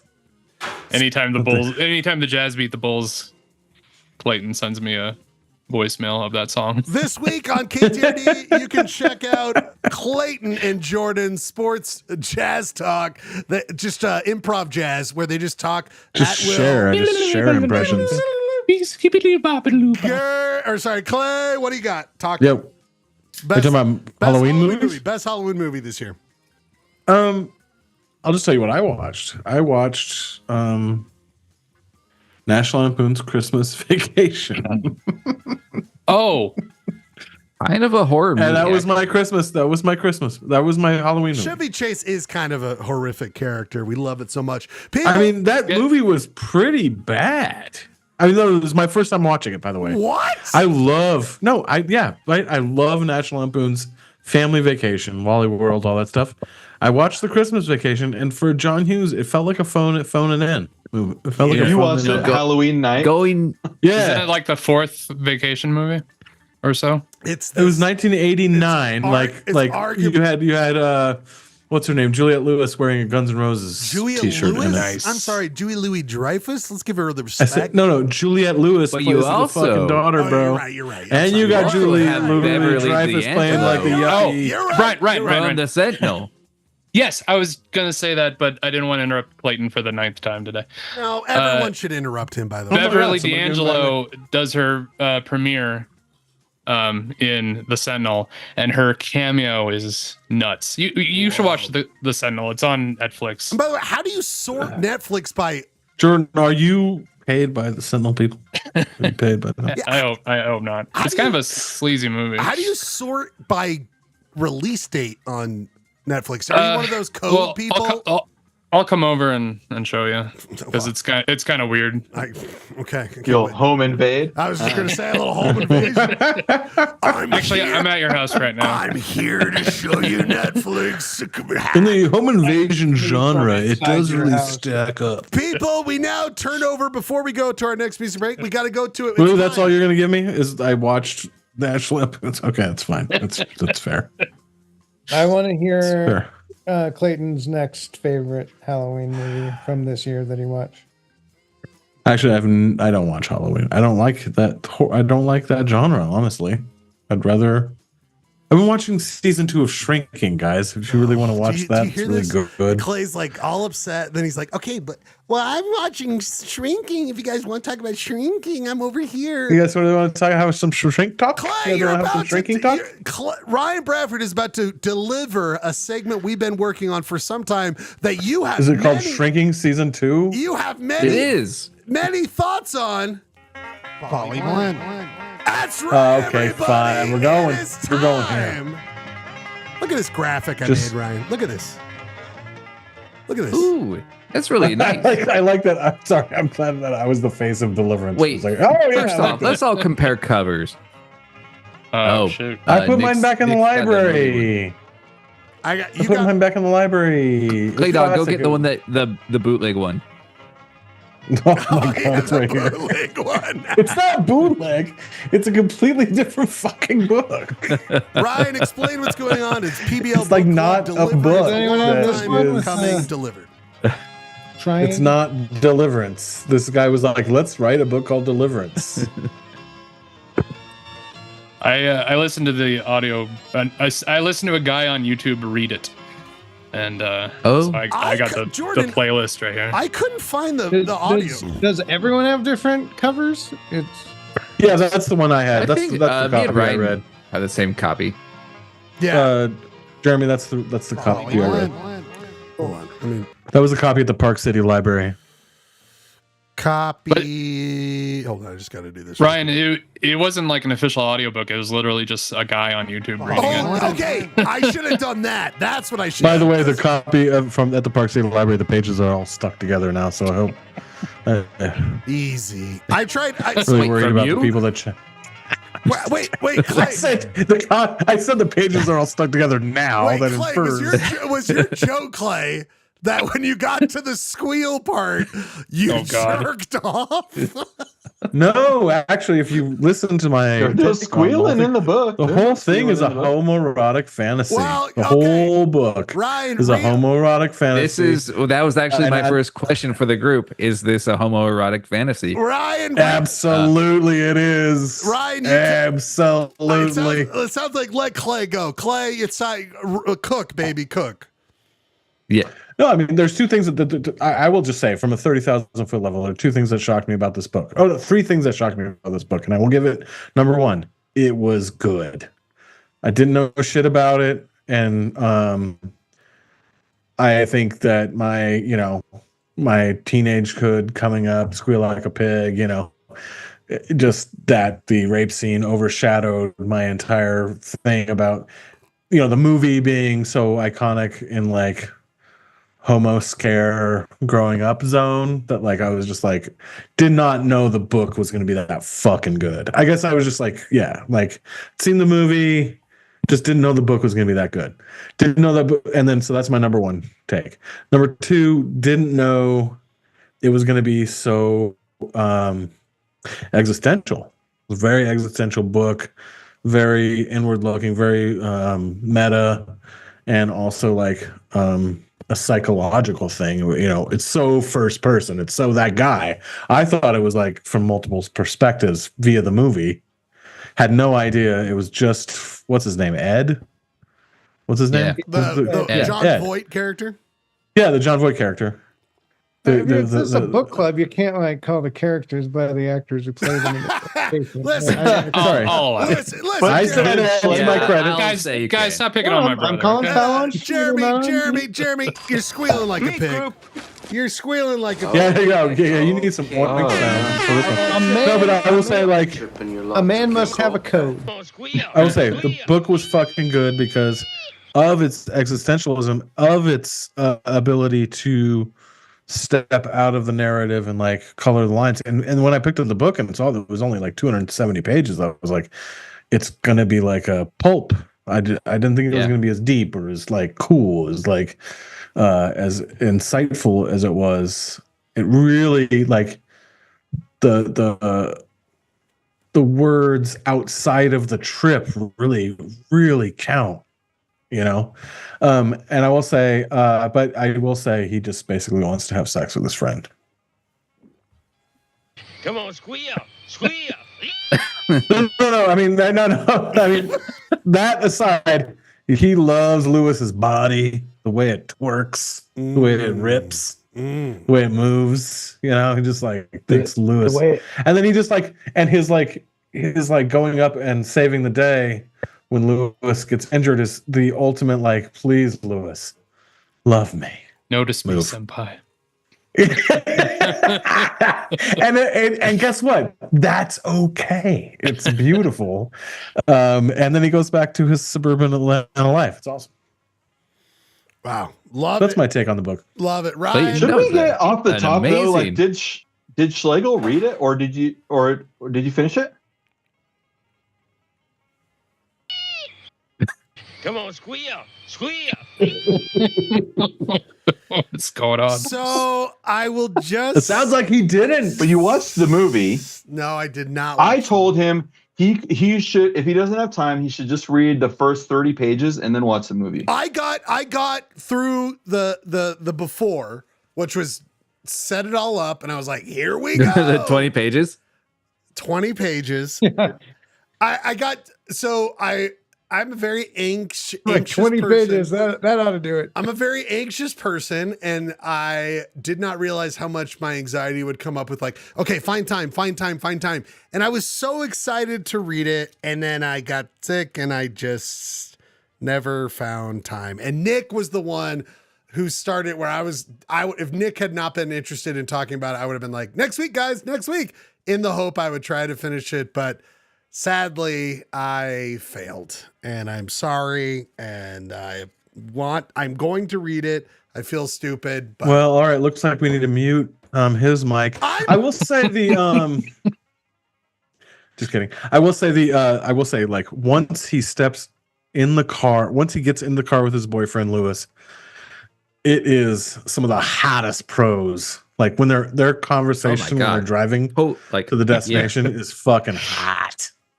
It's good, and I don't mean that sexually. I mean it's just good. It's a great conversation. It's like really like it goes from out of Ed's mind because the whole like first 20 pages are Ed's mind. He gets in the car with Lewis, and it's like fucking fire. Yeah, they're talking about like survival. That is not well represented in the movie. Go ahead. Is that when they're talking about like society collapsing and surviving? Correct. Well, yeah, Lewis goes full prepper. I remember. So go ahead. Oh, so one thing that I've wanted to know is the movie's ubiquitous. I didn't even know there was a book until I didn't know it was based off a book until a few years ago, and I saw someone highly recommend it, and that's how I came to it. But if you've seen the movie, and I think a lot of us at least know what happens, like, do you think that makes it for a better read? Because I did. Yeah, I agree with that.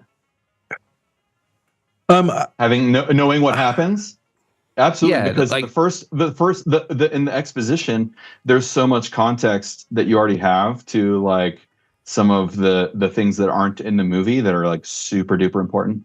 That's why I was like, Schlegel, just read like the opening, part, and then watch the movie, and you've got most of the story. But the movie's like. I mean, I think it's the ultimate. I think because of the shortness. I mean, I think it's a short book, and movies are short. So the interesting thing, it shows you in a short book how much character development, how many layers, how much crazy shit you can put into a book that is not possible in film. Like there's so like I don't, it's been a while since I've seen the movie, but like Ed climbing the tree and killing the dude, that was like 25 pages of like amazing shit. God. Yeah. I kept wanting to like take photos of those words and like paste them to the group and be like, it's like they don't want to see that, but that whole scene. It's interesting because I obviously can't do it this way, but I wonder if I had not seen the movie, if I would have read the book differently. But I think because having seen the movie, you know where this goes, you know where the plot's going to take you. And so everything that happens at the beginning matters a little, or it hits a little different. Yeah. And so, his sort of midlife crisis, ennui kind of shit, that like with the hot girl, it's the model, that's what it's all about to me. Like that is not in the movie at all. And to me, that was my favorite part of the book, I'm going to say right now, is that scene. I was like, it was like him at work, like lusting over so excited. I got so excited. I was like, oh my God, this is fucking crazy. This book is going to be so different. And there's like so much more here. And he kind of abandons it, and it like lapses into the sort of more like survival adventure shit, which I didn't like care for as much. Well, because that's a contrast. It's a contrast from his normal life to this adventure. Totally. Well, yeah. I honestly could have done with like the first half of the book is the adventure, and then go back and like explore more of those themes of desire and what he's talking about, and like very kind of briefly in the setup. Well, maybe that's what, I don't know. I think it still worked. Like, what's that? But maybe that goes to Bradford's point about like reading it after you've seen the movie. Like it is sort of that order now that you've seen the movie, you know what happens, and you're going back.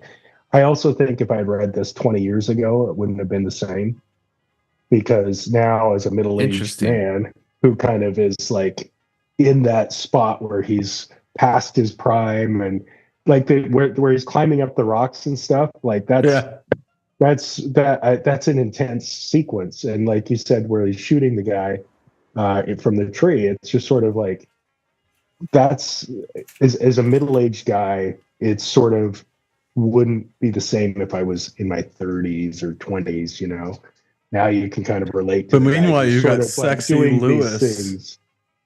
Meanwhile, you got Sexy Lewis with his tight leather vest, just fucking slaying rapists. Well, he's 100% like he is so desperate for Lewis's approval and recognition. Yes. That's what keeps him going up the mountain when he does. I will say, like, the book completely separated me from the movie, except I really had a hard time unseeing Burt Reynolds because that was the perfect casting. You cannot picture the guys from the movie. Burt Reynolds was the perfect casting. Come on, squeal, squeal. So wait, I want to talk about Squeal Like a Pig for a second because, It's on the book. Like I said, it's okay, good, because like I said, I just heard some guy read it, and I was listening for that part, and because like other than that, it's such a 1-for-1 adaptation. The movie is. And Squeal Like a Pig was artistic license in the movie. Yes.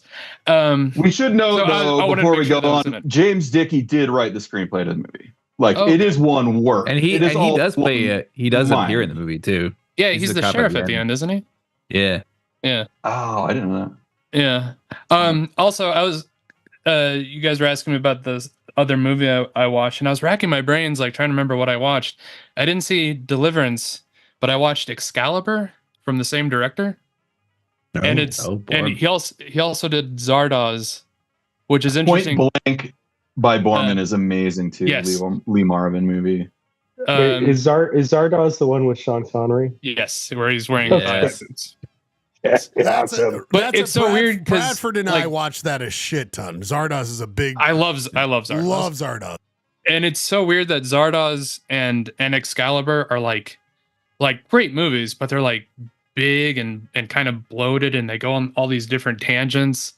And Deliverance, it's been a while since I've seen it, but I remember it being like, it's like really hits those beats and is just really kind of, it's like it's a 1-for-1 for a 240-page novel, and it's great. Like John Berman's one of my those are the only 3 movies of his that I've seen, but they're among my favorites. And other than Squeal Like a Pig, the other part I really remember from the movie is like John Voight scaling that cliff face, and like how like obviously no safety equipment and just like by the seat of their pants filming this. I swear for like a dude who for 10 pages does like free solo, real good cliff climbing writing. Dude, fantastic. You feel that dude's like exhaustion, lack of confidence, and just everything in that. The burn.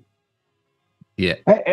Not to change the subject, but how did you guys have that oh shit moment that I had when they were trying to figure out the canoe? Like they had to change the stories because the one canoe was further up. And I was you're talking about when they're in the town at the end. Yeah, when the sheriff. I mean, that just gives me. I don't. Have you ever had a dream where you were like accused of a crime? Sex fantasy. It's trying to get away with your insane sex fantasy and the logistics of it. Am I going to get away with it? I'm glad you brought up further upstream because I'm like, I don't think that's like a joke even. I think that's actually a good take, and a take that I had too. Not the gay sex fantasy, but the like affair. This is all like this was an affair. The adventure, the sexual adventure of straying from your married life, and yeah. Well, and that's what I was saying about being middle aged. Is like it kind of taps into that. Oh, I need something that isn't going on a dude's trip's kind of an affair anyway. Out of regardless the ordinary. if someone actually gets laid. Coming up next week, Clay and I on a river trip. Everybody, actually, the funny thing about my river trip next week is the first river trip that I'm actually bringing a girlfriend on, so that's cool. I wasn't speaking about you. Oh, you're gonna run the train on me?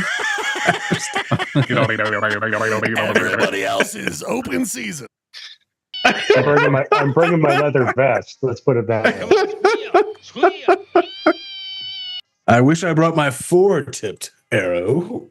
It is super Freudian though, right? Like the whole there's all these little points when it's like the water penetrates his ass when he falls into the river off the cliff. They penetrate that chute at the end. You know, he's like conquering nature. There is so many sexual references in this book.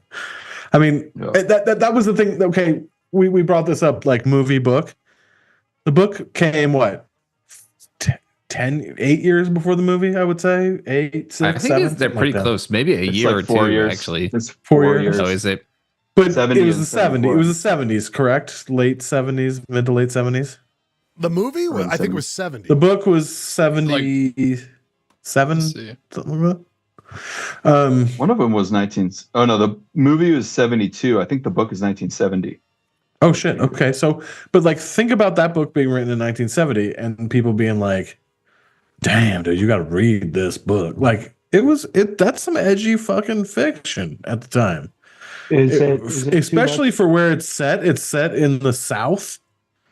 Like that's not normal for American modern fiction at the time.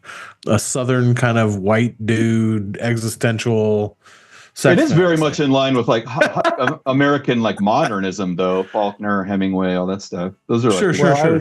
Dudes. I was going to compare it to Hearts of Darkness, which it kind of has some similarities, not just because they're on the river, but also because of the killing at the end and the sort of facing one's own natural essence. Does that make sense? Like we're all beasts in some level.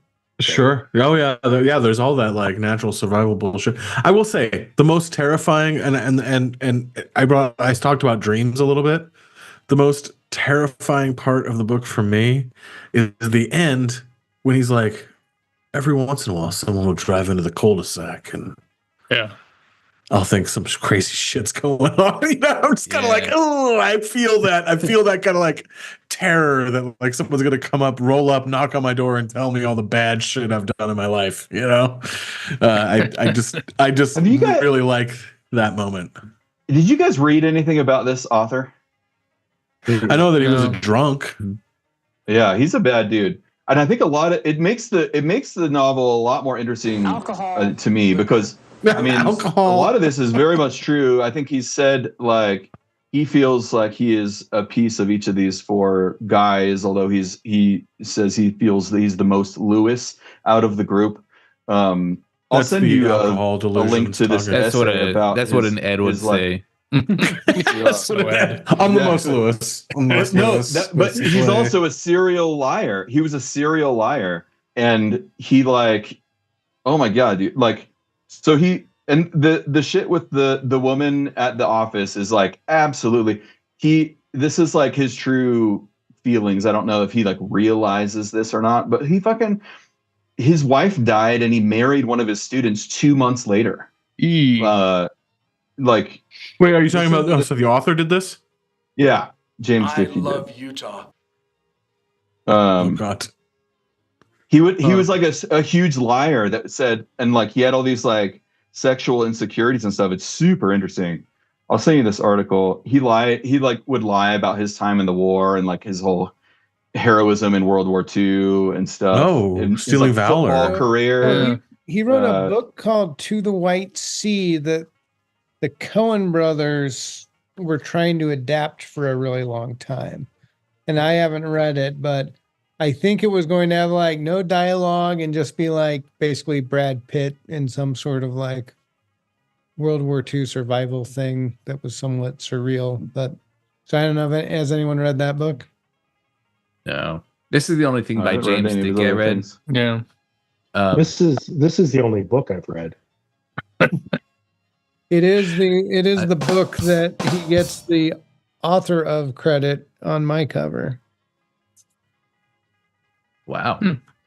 I mean, one thing that we've talked about it a lot, and I would really like to address this. I love this book club discussion. What is the take on Lewis? Is he a poser? Is he over, that's like just told through the eyes of Ed? Is he over? I feel like there's an Ed mythology that like over sexualizes him and makes him rippling, and he's just like a dude. that just like I think it's pretty he villainous. puts him in some stupid. He puts a bunch of swears in some stupid shit, dude. Like you shouldn't do that. Like there's a level of like dumbassery with that like he's not that cool, dude. Like you don't take your buddies I totally and put agree. you in that shit.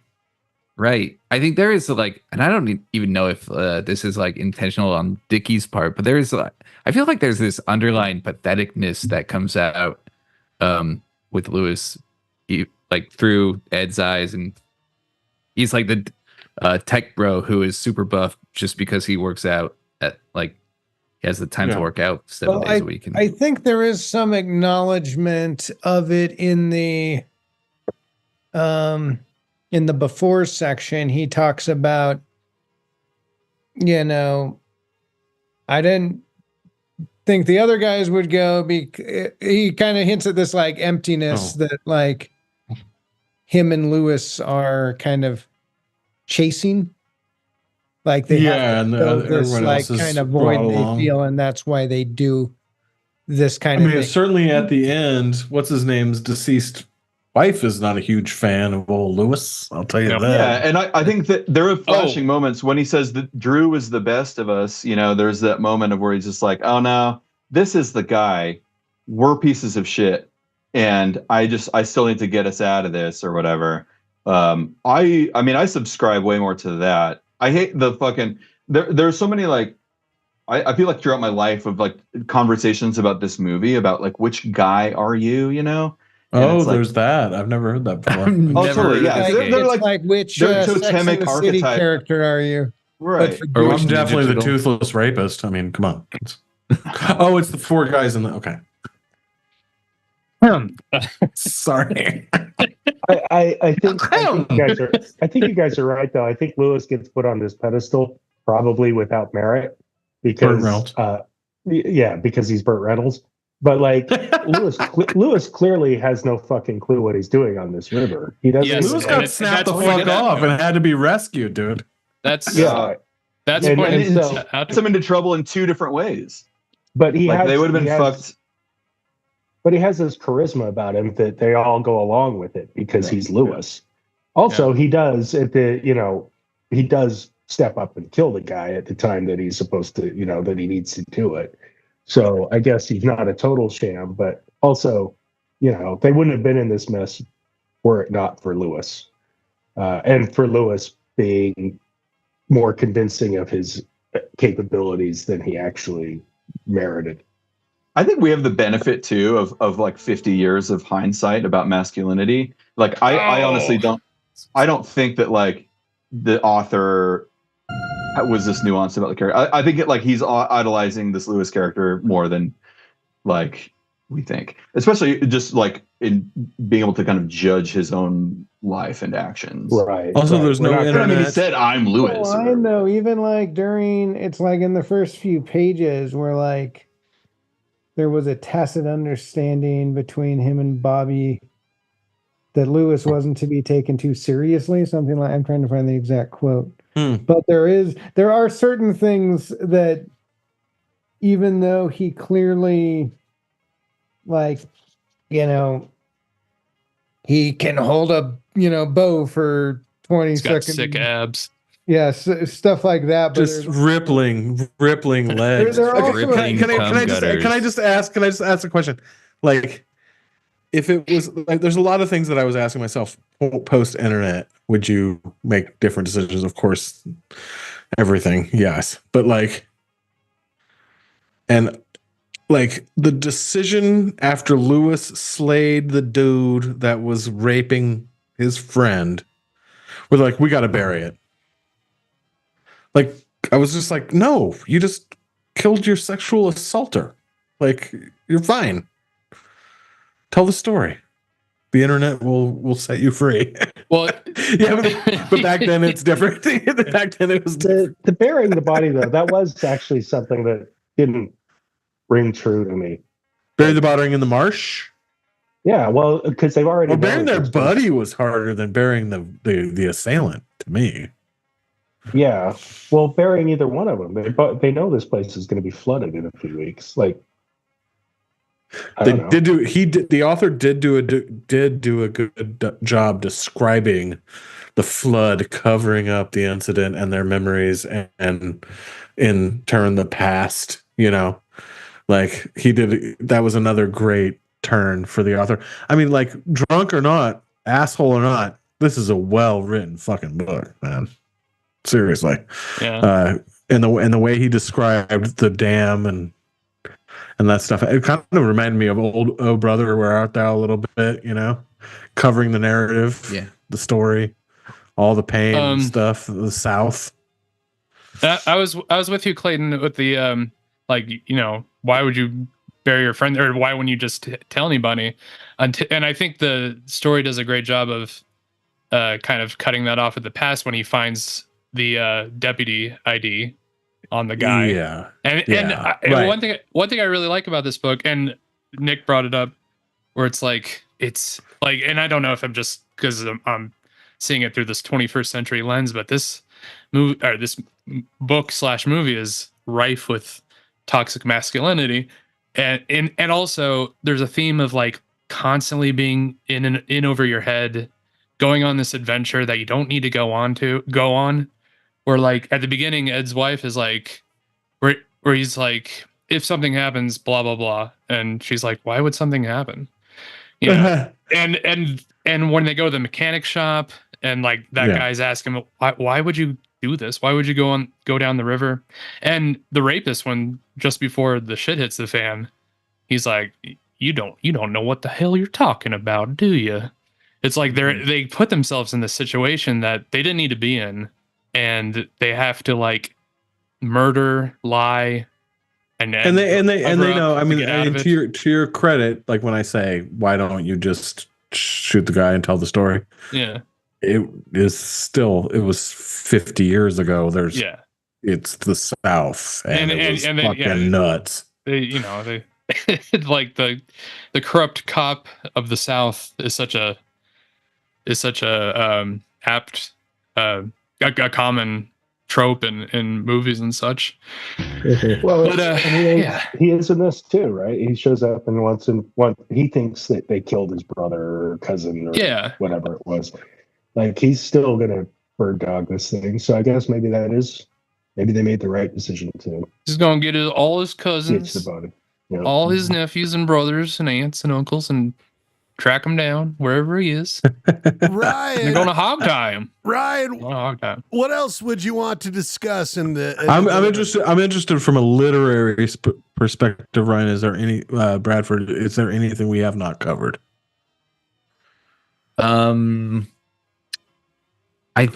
We could be talking about this multiple shows. Absolutely. It's kind of hard to like. We could come back to it for sure. Constrain it. But I mean, we could reread the second killing scene and talk about it for an hour because I'm down. Well, we can come back to the Deliverance that, and then we can all read Bradley Knight's Deliverance. Maybe we should have that book club too. Well, have a comparing. I think for the next book we should read Lord of the Rings. Fuck you. Oh, go Jesus. fuck yourself. I think going back to one of Clayton's first comments about how it looks like a pulp novel. It's like a very high. Yeah. I mean, I would say it's literary, like a literary adventure novel. I thought it would be way more pulpy, a lot less existential. It is kind of a genre novel, though. Like, and that was my main sort of criticism or frustration with it. Is like there was like long stretches of description of the action and what he's feeling, but it's more about decisions and how is he going to get out of it. And to me, the most literary or literarily interesting section is the beginning, and then it kind of doesn't like cash in. Are you talking about when you're in Ed's head is when you're most like interested in the art studio? The setup, yeah. All of that stuff with that's like very random, and there's so many elements of just like, oh, his coworker has this Brock painting, and like that brings in like so many different elements that you can be interpreted, terms of like modern lit or modernist lit, and like kind of abandons all of that. And it's interesting if you think of it as kind of like, okay, there's this stretch of doing a genre, like he's doing it purposefully, but it feels more like he's just kind of getting his rocks off by writing about the adventure and the hero's journey. And I didn't want it to be like a hero's journey book. You know what I mean? Like I wanted it to be like way more. I don't think you don't think so. There's no hero. There's no hero in the story. Is there? No, he disappears and has his trial and learns from it and comes back with his learned information. The hero is Ed. I mean, yeah, totally. Oh, for sure. Yeah, but it's not like it's not like a triumphant return. Yeah, it's not like there's no like refusal. No, he goes back to his job with I guess kind of a greater understanding, but also like is the sheriff going to pull up into my cul-de-sac and arrest my ass? There's two interpretations of like the title that I have. The first, the surface level, is that he needs to be delivered from his boring life and is the midlife crisis sort of interpretation, right? Which is like that when he's fantasizing about the model while having sex with his wife, he wants to be delivered from into this world of adventure that he gets into. But I want it to be more like he there's a deeper level of this that is like deliverance from human urges and drives, the more like Freudian, like I don't know. I just thought it was a deliverance. He just kind of succumbs to making it through all journeys in the book to the end of the book, like regardless of what they are. I mean, I kind of see it as a descent into, again, sort of natural state, right? And then being delivered from that. They go down the river, they throw off all of these, material things, the social things, like they are in a state of nature when they're in the river. And human nature too. Yeah, human nature. And then they are delivered from that when they go over the waterfall. That's sort of the crescendo to it. Boom, we're delivered. And now we're going. And one of them is delivered from anal virginity. That lesson of being delivered, if you want to read into it as being a deliverance from human nature, from your base impulses, like that's not achieved, I don't think, or like, and I think that is proven by the author's sort of like actions and ethos in general. Well, I think it works both ways. I think it works from they're delivered from where they are at the start to where they are at the end, but also from where they are in the middle to where they are at the end. So it works. But isn't Ed kind of doesn't Ed end up in the same place? He needs to go back. He needs to go back to his shop. He needs to go back to the office to feel normal again. Oh, he got his rocks off. He kind of appreciates what he has. That's the deliverance. That's the process. That's the full process. It's like secural, right? That's the surface. That's the surface, like the level that is on the surface of the text. I think that he wants to be delivered from his boring life and then come back and be reborn. That's the hero's journey. But like to be delivered from your base impulses of wanting to cheat on your wife, or having this death drive of like wanting the self-annihilation. Did he want to cheat on his wife with the model or Lewis? Is that clear? Mm-hmm. I don't think it really matters. Like it's like just deviating from. But the only person he has sex with in the book is his wife, which was a hilarious sex scene, by the way. Right, but he thinks about the model, and then the title is mentioned right after. What's that? He thinks about the model while he's having sex with his wife, and then the titular line is like right after that. So it's like the deliverance. Which is fantastic. literally speaking. I thought I forget who brought up the Coen Brothers thing, but what really struck me at the very end, like one of the last lines in the entire book is Lewis's, and I don't want to quote him directly, but he says, those Vietnamese people have the right idea. I'm kind of studying Zen and I'm kind of zenning out. And if you study a lot of Southeastern Asian religions, the story kind of gets put into this perspective where it's kind of I don't want to say the meaninglessness of it, but like the kind of wiping the slate clean of it. How like the river gets flooded and the truth gets washed away. And it almost like the ending, it kind of reaches almost like this dream thing where it's like, did that even really happen? Right. And, yeah. No, that's why I've always posited this is a sex fantasy. I mean, well, always posited since I read the book 3 weeks ago. The other Lewis sex totally fantasy. A sex fantasy. Homosexual Lewis sex fantasy. His rippling muscles are hot. Does it bring up Vietnam? It doesn't. That's but no, very cursory. I mean, they use the racial slur. Yes. And when I thought about that, when I read that, which was like after they're already off the river, I was like, holy shit. This is like in the heart of the Vietnam era, and it's not brought up the entire time. These are all the Vietnam rejects dealing with life in the United States during when brothers are dying, right? Like these are in the Appalachians. These are the people that the federal government was like, yeah, we ain't sending you off to Vietnam to die, and it's the white dudes that were too successful to go to Vietnam. You think that was intended? I don't know. Because it's not real. I gotta assume that Vietnam is so pervasive in the national narrative.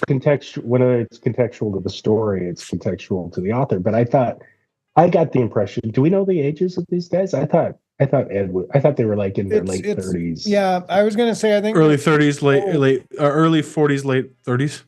Yeah, so I think they'd be like older than your typical Vietnam draftee. Okay, were they in Korea then, motherfucker? I'm just kidding. No, I'm just saying. Korea is where George or James Dickey went.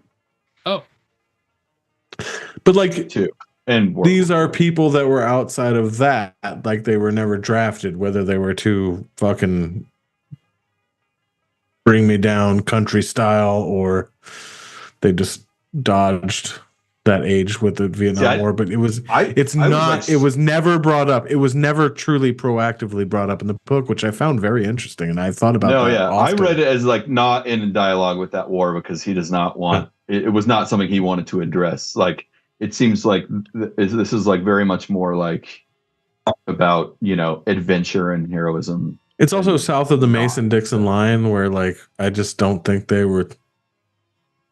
But the Ed character very much, I mean, he's an artist. He's refined. He's got these artistic tastes, but he's also got these sort of more animal base instincts, right? So he writes these things. He writes these passages. Because he is the narrator, he writes them in a sort of very descriptive, beautiful way, but also just kind of is at the end of the day kind of a menace. I don't know. I just keep coming back to that point. I guess I should stop doing that. I mean, the thing that makes him a hero, and we talked about who's the hero earlier, and I actually come back. The hero was decided when he climbed the wall. Mm-hmm. When he said, "I can fucking get out of here." Well, and he recognizes he's the only one who can.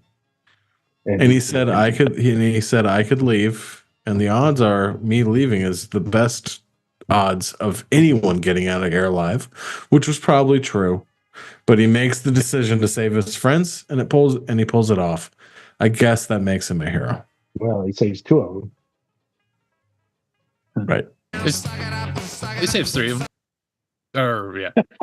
So, people, we have had quite a discussion. Suck it up, suck it up, suck it up, suck it up. What an amazing time here on Polyester Blood. We didn't even talk about the albino with the crooked eyes. So here's what I would suggest. I was just about to make it weird. Well, there's good casting on that kid, though. we can come back to this, right, everybody? Suck it up and realize we will come back to this. Ryan, final thought. I need to read it, and then maybe after I read it, we can have a short version of this. Ryan, final thoughts on this before we move on here tonight. I'm just glad you guys read it and dug it. This was like the first time I listened to the audiobook last year. Enjoyed it so much. Got one of these for myself, and I know you guys often do a lot of river rafting, and so it like clicked with me as like, hey, everybody there should read it, and yeah, it was just really fun to listen to you guys talk about this. So thanks for reading it. Thanks for enjoying it. Ryan, I suggest this is an evergreen.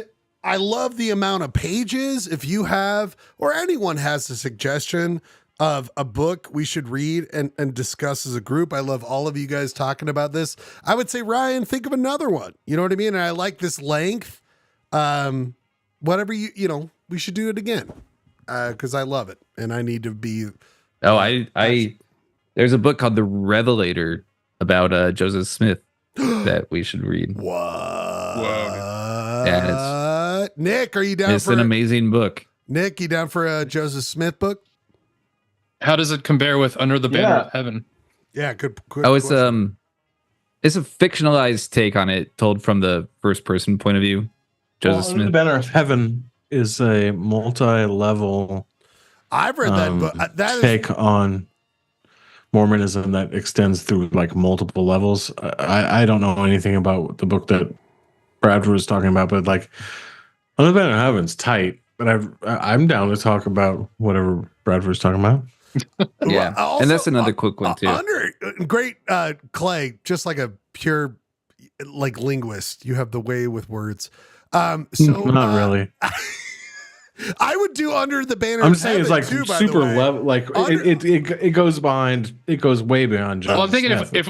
if we want to read another adventure book that has a sequence that like we're not sure if it actually happened or not, Into Thin Air has a lot of like playing with memories and like it's a survival story and all that good stuff. Actually, I've read a lot of his books, right? Under the Banner of Heaven, and Missoula, and here's our Into Thin Air. Right. You suggested the last one, right? Book club, just like Sports Roundup, just like Ryan's Comics Corner. You pick the next one, all right, brother? All right, I will look around. Because I think I like the idea of this Revelator. I kind of like what Ryan was saying. The Revelator, Ryan. Yeah, I mean, I think it would probably appeal to Nick, if not so much the hero's adventure with the Revelator. Nick, and by the way, because Nick hates adventure stories.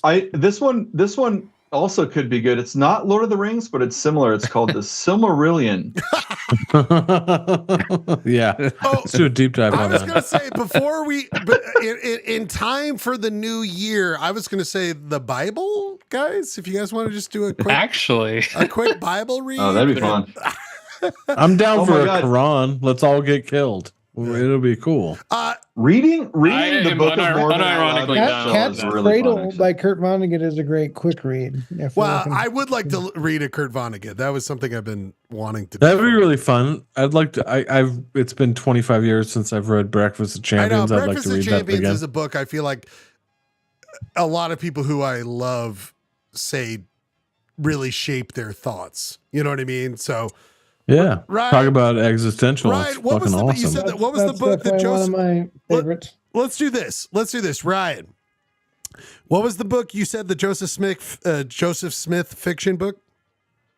It's The Revelator. I'm gonna try and find a link to it. Okay. Even if we don't read it, you guys should buy it. No. I think we should. I'm gonna line up the next two book. Oh God, we should totally go on a Joseph Smith.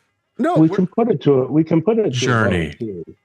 But I think we've all read. We're still going on a Joseph Smith journey right when we enter Instagram. That sounds great. I love it. Gurky, sorry, what were you saying, Gurk? I was going to say we can put it to a vote. We don't have to decide it tonight. But I also feel like we've all read Under the Banner of Heaven. Yeah, that's a good point. Maybe The Revelant sounds like something I haven't read and I would like to. I have not read Kurt Vonnegut. Sorry if you guys all have. Does Mike Lee have an autobiography? He has like 4 books. Okay, real quick. Really? Is it called Based? Because I would love to read that. Guys, it is. We can just read his tweets. We are over our polyester blend time. Real quick question. Again, a vote. If anyone needs to go, we can go. I had 2 things on the docket left that would be fun to do. If you want to do them, one would be we didn't do Woodstock, and we didn't do City School. Okay. Well, we don't have a City School. We have Woodstock, which we could do a quick update. Or I also had a Wiki music game that we could do. I think we should wait for Woodstock. I think that we got to go another collection. Yeah, well, we could really collect for another week. Ryan, what do you think? I think I'm probably gonna head. Okay, let's do this. You know what? Let's just end the show. Next week, I've got a Wiki game, Ryan and Clay and everyone here, that is a Halloween themed game. Let's just go to this. Ryan, next week, I was going to do it last week, in fact. We had a Wiki game based on Halloween bands. So think about it, Ryan. Think about it. We should. Yeah, we're still doing that, right? What? The Wiki Halloween band? Yeah. Wiki? Yeah. Next week, we will do it. You will love it. Everyone here will love it. We will have an update. And I've got updates. Oh boy, do I have updates, people. I've got a good idea. Talk to me, buddy. What is it? Well, are we off the air yet? Nope. We're still on. Okay. No. Well, then I will keep my voice silent. Next week, we will be doing, Wiki, Woodstock 99. We'll update We'll be committing Harry Carey at some point. We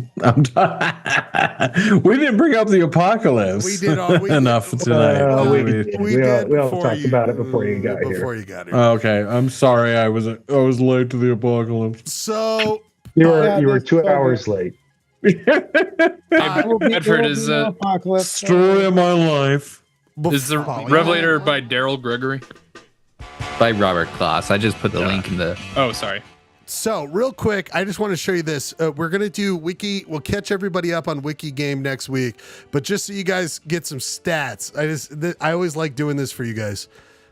Right now. Bam. Total votes. Oh, sorry. Let's do this. Okay. Total wins. Oh, so far, Wiki game. Okay. Woodstock game.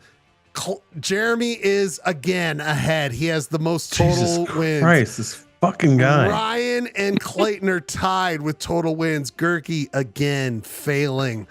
You can see on your screen right there. That's expected. The next one, total votes. I know Gurky's still total votes, meaning the amount of people that vote. Like, so, this one you got 16, this one you got 10. Jeremy ahead 210 to, of course, Clay's 164. It's just disgusting. It's very gross. Very gross. Go straight to hell. The fact that the Chili Peppers there could be something to my victory that maybe will have an influence tomorrow as well. We will see. And that's that women are allowed to vote. But did the women actually move ahead? We will see that later on. Just wanted to show you one last thing. I always love showing you guys who beats who. Right now, Jeremy is killing Ryan Bradford and Clayton. Clayton is killing Jeremy and a little bit of Girk. Ryan's killing Girk and Jeremy, and Gurky is killing Clayton and Ryan. It just seems like a mass suicide. Clayton and I are 5'5", so neither of us is really. We aren't both killing each other. That's true. That's very true. The last thing, just so you know, Moby, Fatboy Slim, and Megadeth all received 16 votes. Oh, damn. And then, as you also know, the only ones who received 1 vote were Jeremy's Beth Hart, Gurky's Full Devil Jacket, and the fans. Double check. Oh, I'm so sorry. So, people, we will keep you informed next week on where we're at. I've got the totals in front of you. I will keep them secret. If you want to vote, vote online. And send the links to your daughters, your all aunts. your friends. You can also check us out on Instagram.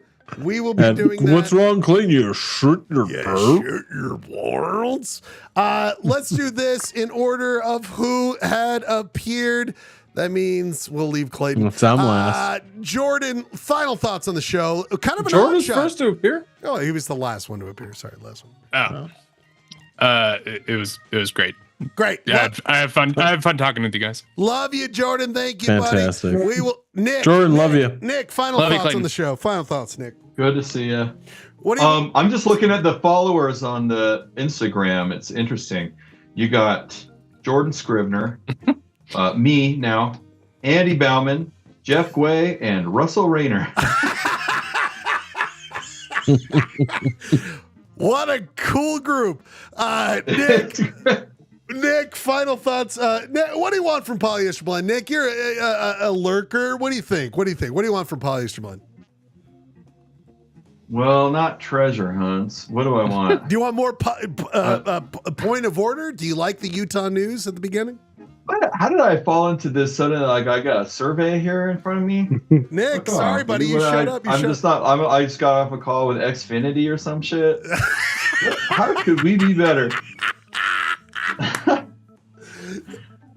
No. I love having random times like new shit, like changing it up. It's fun. Okay, I love it. We'll love the book club. I'll talk about books. Book club was hot. Sure. I like book club. Hey, you didn't join when we did what was the writing exercise we did? We did the fables. The fables. Oh, I found my fable the other day. Yeah, it was Nick.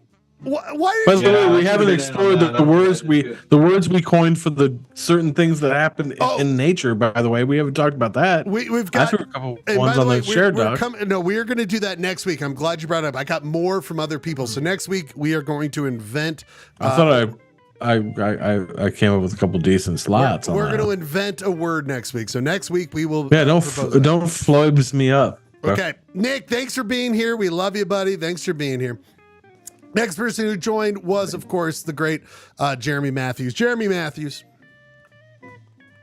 What are you asking me? Just my thoughts? Final thoughts on the show. We're rounding out the show. No, you asked Nick so many specific questions. Because I only have so much time with Nick. I only have so much time with Nick. So glad Nick joined us tonight. This survey of white males suggests Utah is going to go blue. So Utah, here's to it. We love it. Jesus Christ, what a desperate thing, you know. We'll be hanging out. I've been following Elon Musk on X, and he thinks. Well, hold on. We'll talk about it afterwards. Come on. He was on Joe Rogan, so I think we got him on the ropes here. Next person, Robert Kirk. You actually showed up early tonight, Kirk. We love to see it. Kirk, your final thoughts on the show. Your final thoughts on existence. Well, your final thoughts. Are we going back into the deliverance now? Is that what it is? Yes, because this is the existential question. Because I think we are venturing into the Squeal like a pig. Yeah, we might end up squealing like a pig. We might get out of it fine. We'll see how it goes. But I do appreciate for the last 2.5 hours, I have not thought about the election at all. I've had more pressing things on my mind. Straight. I literally have not done that as well. Thank you. Yeah. So no, it was a good show. I did miss point of order. I kind of wish there was a little point of order. I wish there was a little sports roundup. Wow. But a lot. The sports roundup was 30 seconds. It was me saying, "Do you believe in jazz over booze?" Come on, squeal. That was all. That's all we needed. That's all we needed. We didn't need to talk about soccer. We didn't need to talk about hockey. We don't need to talk about MLS. MLS. I don't want to speak ill of the dead. They're fucking dead. Ryan Bradford, before you leave, Ryan Bradford, last thoughts on the show here tonight. Lovely show. Oh, great to hear you guys talk about Deliverance. And, you didn't participate. You seemed like you were listening most of the time, Brad. Well, I think Ryan was enjoying the listening. Ryan, great idea. Do you like listening? No. Yeah, I do like. You want to give us like a 30-second I get off on expository about It's how you like I feel like to about watch, it, but I or like to listen. you want to do it in a little expository? or I was just imagining you all as Lewis's, and I was just silent in my. We should have got Lewis on this episode. Talk about Is it my muscles? Is it my muscles? My copy of The Revenant will show up on the 12th. Oh, Jordan! The Revenant. That's the Revelator. Yeah, I meant The Revelator. Sorry, thank you. I was gonna say, as long as we're talking about I was gonna say the Relic. I am the. I got the Revenant. novelization of The Relic, and I think we should Ryan, discuss it. next week is Veterans Day. Are you back next week? Or are you gone? I'm not going anywhere. Okay. I should be around. Sorry, are there any veterans in our midst? Well, we got to get back on a track, guys. We were off last week, and I hate being off. You know, I was sick, I couldn't do it, but we got to get back on track because I'll be here. We're coming up, gentlemen. Everyone here, getting closer to the 200 show. We're getting closer to the. I will have to like fuck with the theme depending on how tomorrow goes. 200 show for the 200 club. Only boys in the 200 club. We've got we're coming up on the 200 club. We're coming up at 200 club. We're coming up on the 5th anniversary of Polyester Blend. That's right. Not too far away. So think about that kind of stuff. We do have an Instagram, so share it with your friends. I'm going to start posting there. Guys, the thing I thought I should post there first when we revealed that you a frozen. Yeah, we need a post. First post, please. Squeal like a pig. Oh boy, no! Don't do that. Frozen caveman lawyer was from Utah. I think that should be our first post where we revealed that on Polyester Blend. We did that. Works. And then I think we'll do clips. We'll think about it. Whatever you guys want, just tell me. Let's put it up there. Whatever you think it should be. You need to do the best 15-second clip of the show and post it on your shit and have all your friends share it, and we will go mini viral. Also, could you imagine people watching this show in vast volumes? People, we will be back. Oh, Clayton, sorry. Final thoughts, Clayton. Great show. Love the book talk. Loved Fantastic experience. Even though I loved Jordan showing up and he was a great boy. We love our Jordan. But Ryan coming up with the book club, Husky Boy the show, right? Yeah. Husky Boy the show. Totally agree with that. Thank you guys for reading it. Love that you liked it. I fucking fully enjoyed it. I think it was the first book I've read in like 6 years. So hell thank yeah, you. dude. I'll do more. Thank you so much. Great show. Thank you. We love it. Thank you to all my friends. We love being here. I love being here with my friends. We'll be back next week, Veterans Day. Hopefully, society will not be over by then. I love all of you. I love everyone out there. This is before we know what the election results are. And I just want to say, I would like a future for all of you. And I don't want one involving a bad idea that could happen. I love you. God bless. Be safe. Take care.